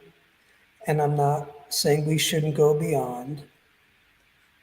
But okay, there's plenty of homeless people in my town, but I got my friend at the door. Let me start with close to me that I can deal with. Man, I'm not expressing it right. I feel No, wrong. you're expressing it fine. You're doing fine. Okay. I think it's part of it is J.D. Vance's ordered loves, right? I mean, which seems really carnal to me. It does not seem like. Well, I'm feeling convicted actually. Okay, this is what I wanted to say to you. Stop beating yourself up. Stop that. Okay. Well, Okay, I it's good. repent. Ethan got it. Yeah, like, no, that's not your job to beat yourself up. No. When you're talking about churches, Mark, I just keep thinking like, why did we allow our churches to become anything less than like labs of entrepreneurship? Like people come to church and like where I grew up in Wisconsin, like people were giving money and the church was using the money to like build a bigger building. And I kept thinking like, this is millions of dollars. We could do so much with $3 million if we partnered with our local city to like expand human flourishing. But like, I mean, I had many talks with the executive board and was always like, well, you know, that's kind of the city's job. I feel like churches is kind of like, I mean, I think church and state should be divided. So I'm not arguing for a fusion of church and state, but I think church and state should be partnering together for human flourishing. Like I think we could solve at least homelessness, at least in some cities.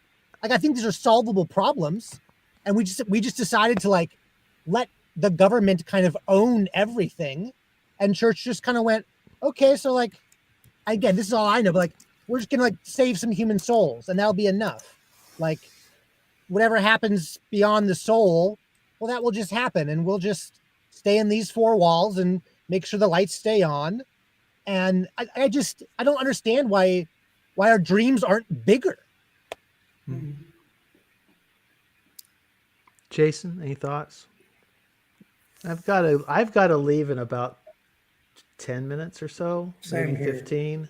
Okay. Yeah. Well, I just had the thought I had when you were talking about being a shitty Christian. My friend Mitch, I don't know if you met Mitch yet.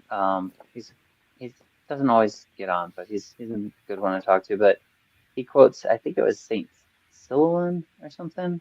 But it's this quote, and it says, "Keep your mind in hell and despair not." And then he quotes, "Understand two thoughts and fear them. One says you are a saint, and the other you won't be saved.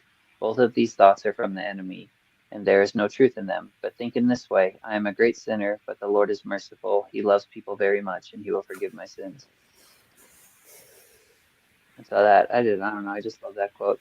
So that was the only thought I had, riffing off of what you said. And then, but I did have a question for you, Ron, too. Are you familiar with Curry Blake at all? Can In you Texas? give me a name? No, not yet. What's the name? Curry Blake. I think he studied under Lester Summerall. Okay, now Lester Summerall is just down the road from me. Yeah, like My friends hung out with him. Oh wow, okay. Yeah, Yeah, he was, he can offend people, that's for sure. but I don't know who he is personally at all. I've never heard of him. Oh no, I mean I don't know about Curry Blake, Lester Summerall. I've just listened to some of his sermons, and other people Oh say, yeah, like, he was were offended by he stuff, was but an Irish brawler. Yeah, I like him. But Curry Blake, I was just asking because Cal Kalia Rivet, you guys know Cal. I'm sure you've seen. I know you know Cal Mark Parker a little bit. Yeah, Probably, yeah. I don't I'm know. trying to picture. I Anyway. can't picture the person in my mind for some reason right now, but the name sounds familiar. He grew up. He was the one that grew up Hare Krishna, and now he's Christian. Oh yeah. Oh, Cal. wow. K-A-L. Yeah. Cal. Yes. Yes. Yes. Yes. Yes. Yes. I know Cal. Yeah. I met him. I just told him I'd ask because he went. He didn't ask me to ask. I just told him I was going to ask you if you knew him because he lives near Curry Blake's church or whatever. But Okay. it's in Texas. It's a very very small Word of Faith Okay. church.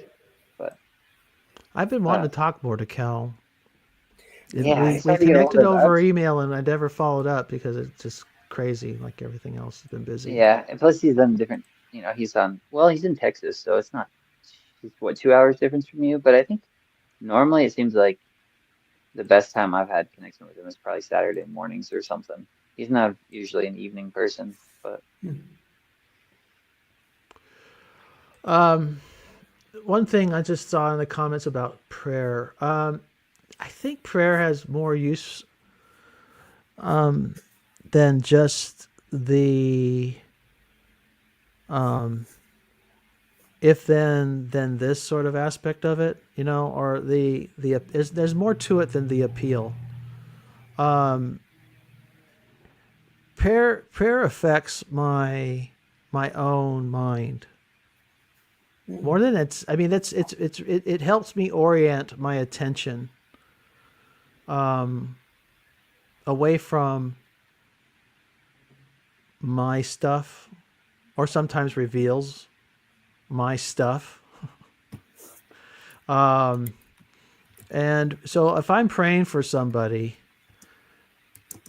even if I don't really feel any profound, I'm not getting any signals, any belief, any faith is coming. Say it's a faithless prayer. But I'm going to pray. I more often than not find it tweaks my psychology. It does something to my mindset. I'm trying to put words to what I experience subjectively as a prayer. So even if I don't necessarily see anything, rarely do I go away from a prayer unchanged myself. Something in me changes through prayer. So yeah, even if you feel like there's no objective usefulness, something else is at work if you give yourself to the process. Do you guys? I feel like I'm getting some affirmation here, but what do you No, guys? that's a heavy truth. I totally agree hey with Ron, that. real quick, I put my number and email in the private chat if you Oh, want to cool. grab it. Cal Yeah. said he'd like to talk to you sometime too. So Okay. Hey, give me. Okay, cool. Let me do something. Copy. Let me put this all over the internet so I can save it. Okay. No, sorry. it really probably wouldn't matter if you did. Wait, what's your It's social enough security already. number too? I know. All right. No. Yep. Let me do something. Don't make me boot you, Ron Copperman. Go ahead, Parker. I see prayer's really speak. working We for got a you. couple minutes left. What's going on, Mark? Oh, not much. I just caught up, and Good to see I you, my always tell friend. myself I'm not going to go on streams, but I can't resist going on the House of Blues. This doesn't count. This doesn't count, Mark. This isn't This nothing. is it's like one of the best shows on TV. That's it. That's it. For entertainment purposes only. If taken internally, induce vomiting. Us and the Lawrence Welk show. Yeah, You have to be really old to get that joke, but no, Lawrence Welk is what comes on on Sunday afternoon when we turn on PBS. We hope something cool is going to be on it with Lawrence Welk. It's just like bad jazz music, pop jazz. I wonder if I played some Lawrence Welk. Oh, you got to play One Toke Over the Line by Lawrence Welk. It's hilarious. I've never actually seen anything on Lawrence Welk where I was like, "Whoa, this is really good." And I like lots of music, but every time I've watched Lawrence Welk, I'm like, "Geez, I got to find something else." So, yeah, but anyway, just fun listening, and yeah, just a comment on the last thing I heard before I was trying to get on. Like Mark, you were saying something about prayer just having a psychological effect on yourself, you know. And I think that's like, even if there wasn't like an eternal, all-powerful God like listening to you, it still is just good for you, or it's good for me, you know. Like, it's something I think about. That even if God isn't going to answer this prayer, usually just praying is a good habit. That's all I Yeah, have to say. seems to be. I mean, it's not a very satisfying. I mean, it's not a really satisfying answer if that's all there is to it. But as part of the process, there seems to be something to it too, though. And I don't know what it is in You found it. I'm sorry. I did. I'm I thought I'd play I'm it. gonna mute myself. I'm so sorry. Yeah, I think that like there definitely is more to it. I mean, I think that God is listening. Mhm. However, sometimes that's all there is to it. You know? Yeah, and then what does it even mean to say God listens, right? I mean, we're it's all metaphors. It's like, what, turtles all the way down. It's metaphors all the way down. It's hard to get a grip on. But that's back to the trust thing. It's just back to, are you going to float on the ocean or fight it? It's just So that's why I like the Psalm, is because he'll be like, "Give ear to my prayer," and it like personifies God and it makes it more personal. You know? Like God is actually listening with his ears. So do you guys think I can play this without getting a copyright strike?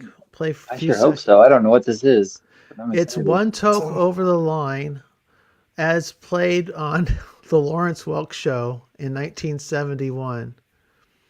It's beautiful. Let's see what happens.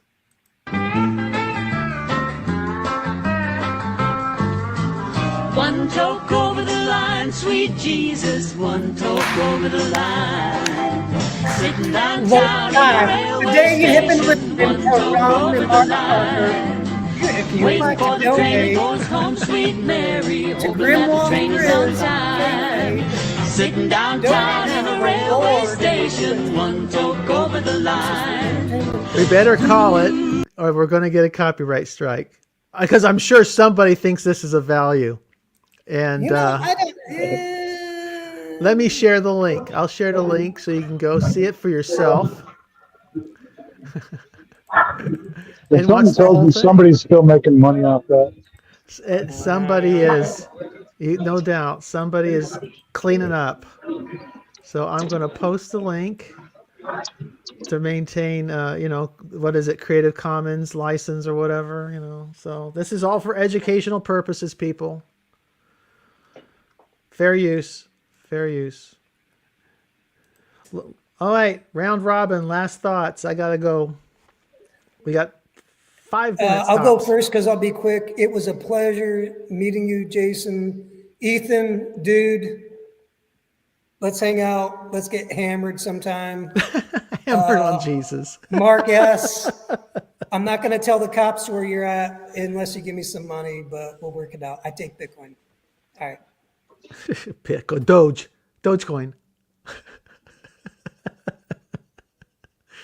Marquez, last thoughts.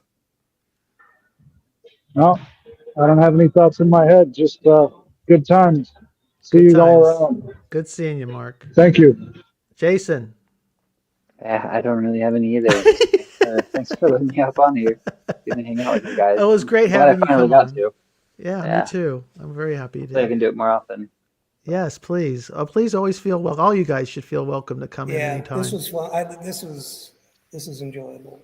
Very much. Ethan, what are you thinking? I'm thinking I'm inspired that the next time I get a headache, I'm gonna pray for healing, ask for healing. Like listening to all your stories, it's just like, well, why wouldn't I try that? Why wouldn't I make the ask? So Yeah, It's true. that's Very good awesome. point. Very good Yeah, point. dude. I mean, my first miracle, okay, And Mark, I've landed this. No, I you're moved good. to Indiana. I heard the gospel at a pot festival, and I'm like, yeah, okay, fine. Nothing happened big. And they're harvesting. It's October. My sinuses are killing me. I'm dying in bed. I'm like, all right, I hear about this healing stuff. And I'm like, all right, fine. Lord, in the name of Jesus, sinuses open up, pain go, like a cork popping. I feel like this pressure relief. And then it was like my sinuses opened up and I got drained. So, and it was a throwaway prayer. Like a jump shot, like the clock's about to run out. Let's throw it. Half court, full court. Swish. Well, come back with a report if you find it helps, Yeah. because we need it. I always need any little bit of help I can get. So good stories, Holy Ghost stories are always helpful. Thanks, guys. Have a good night, and I'm gonna close with some dog bark. Bye, guys. Peace.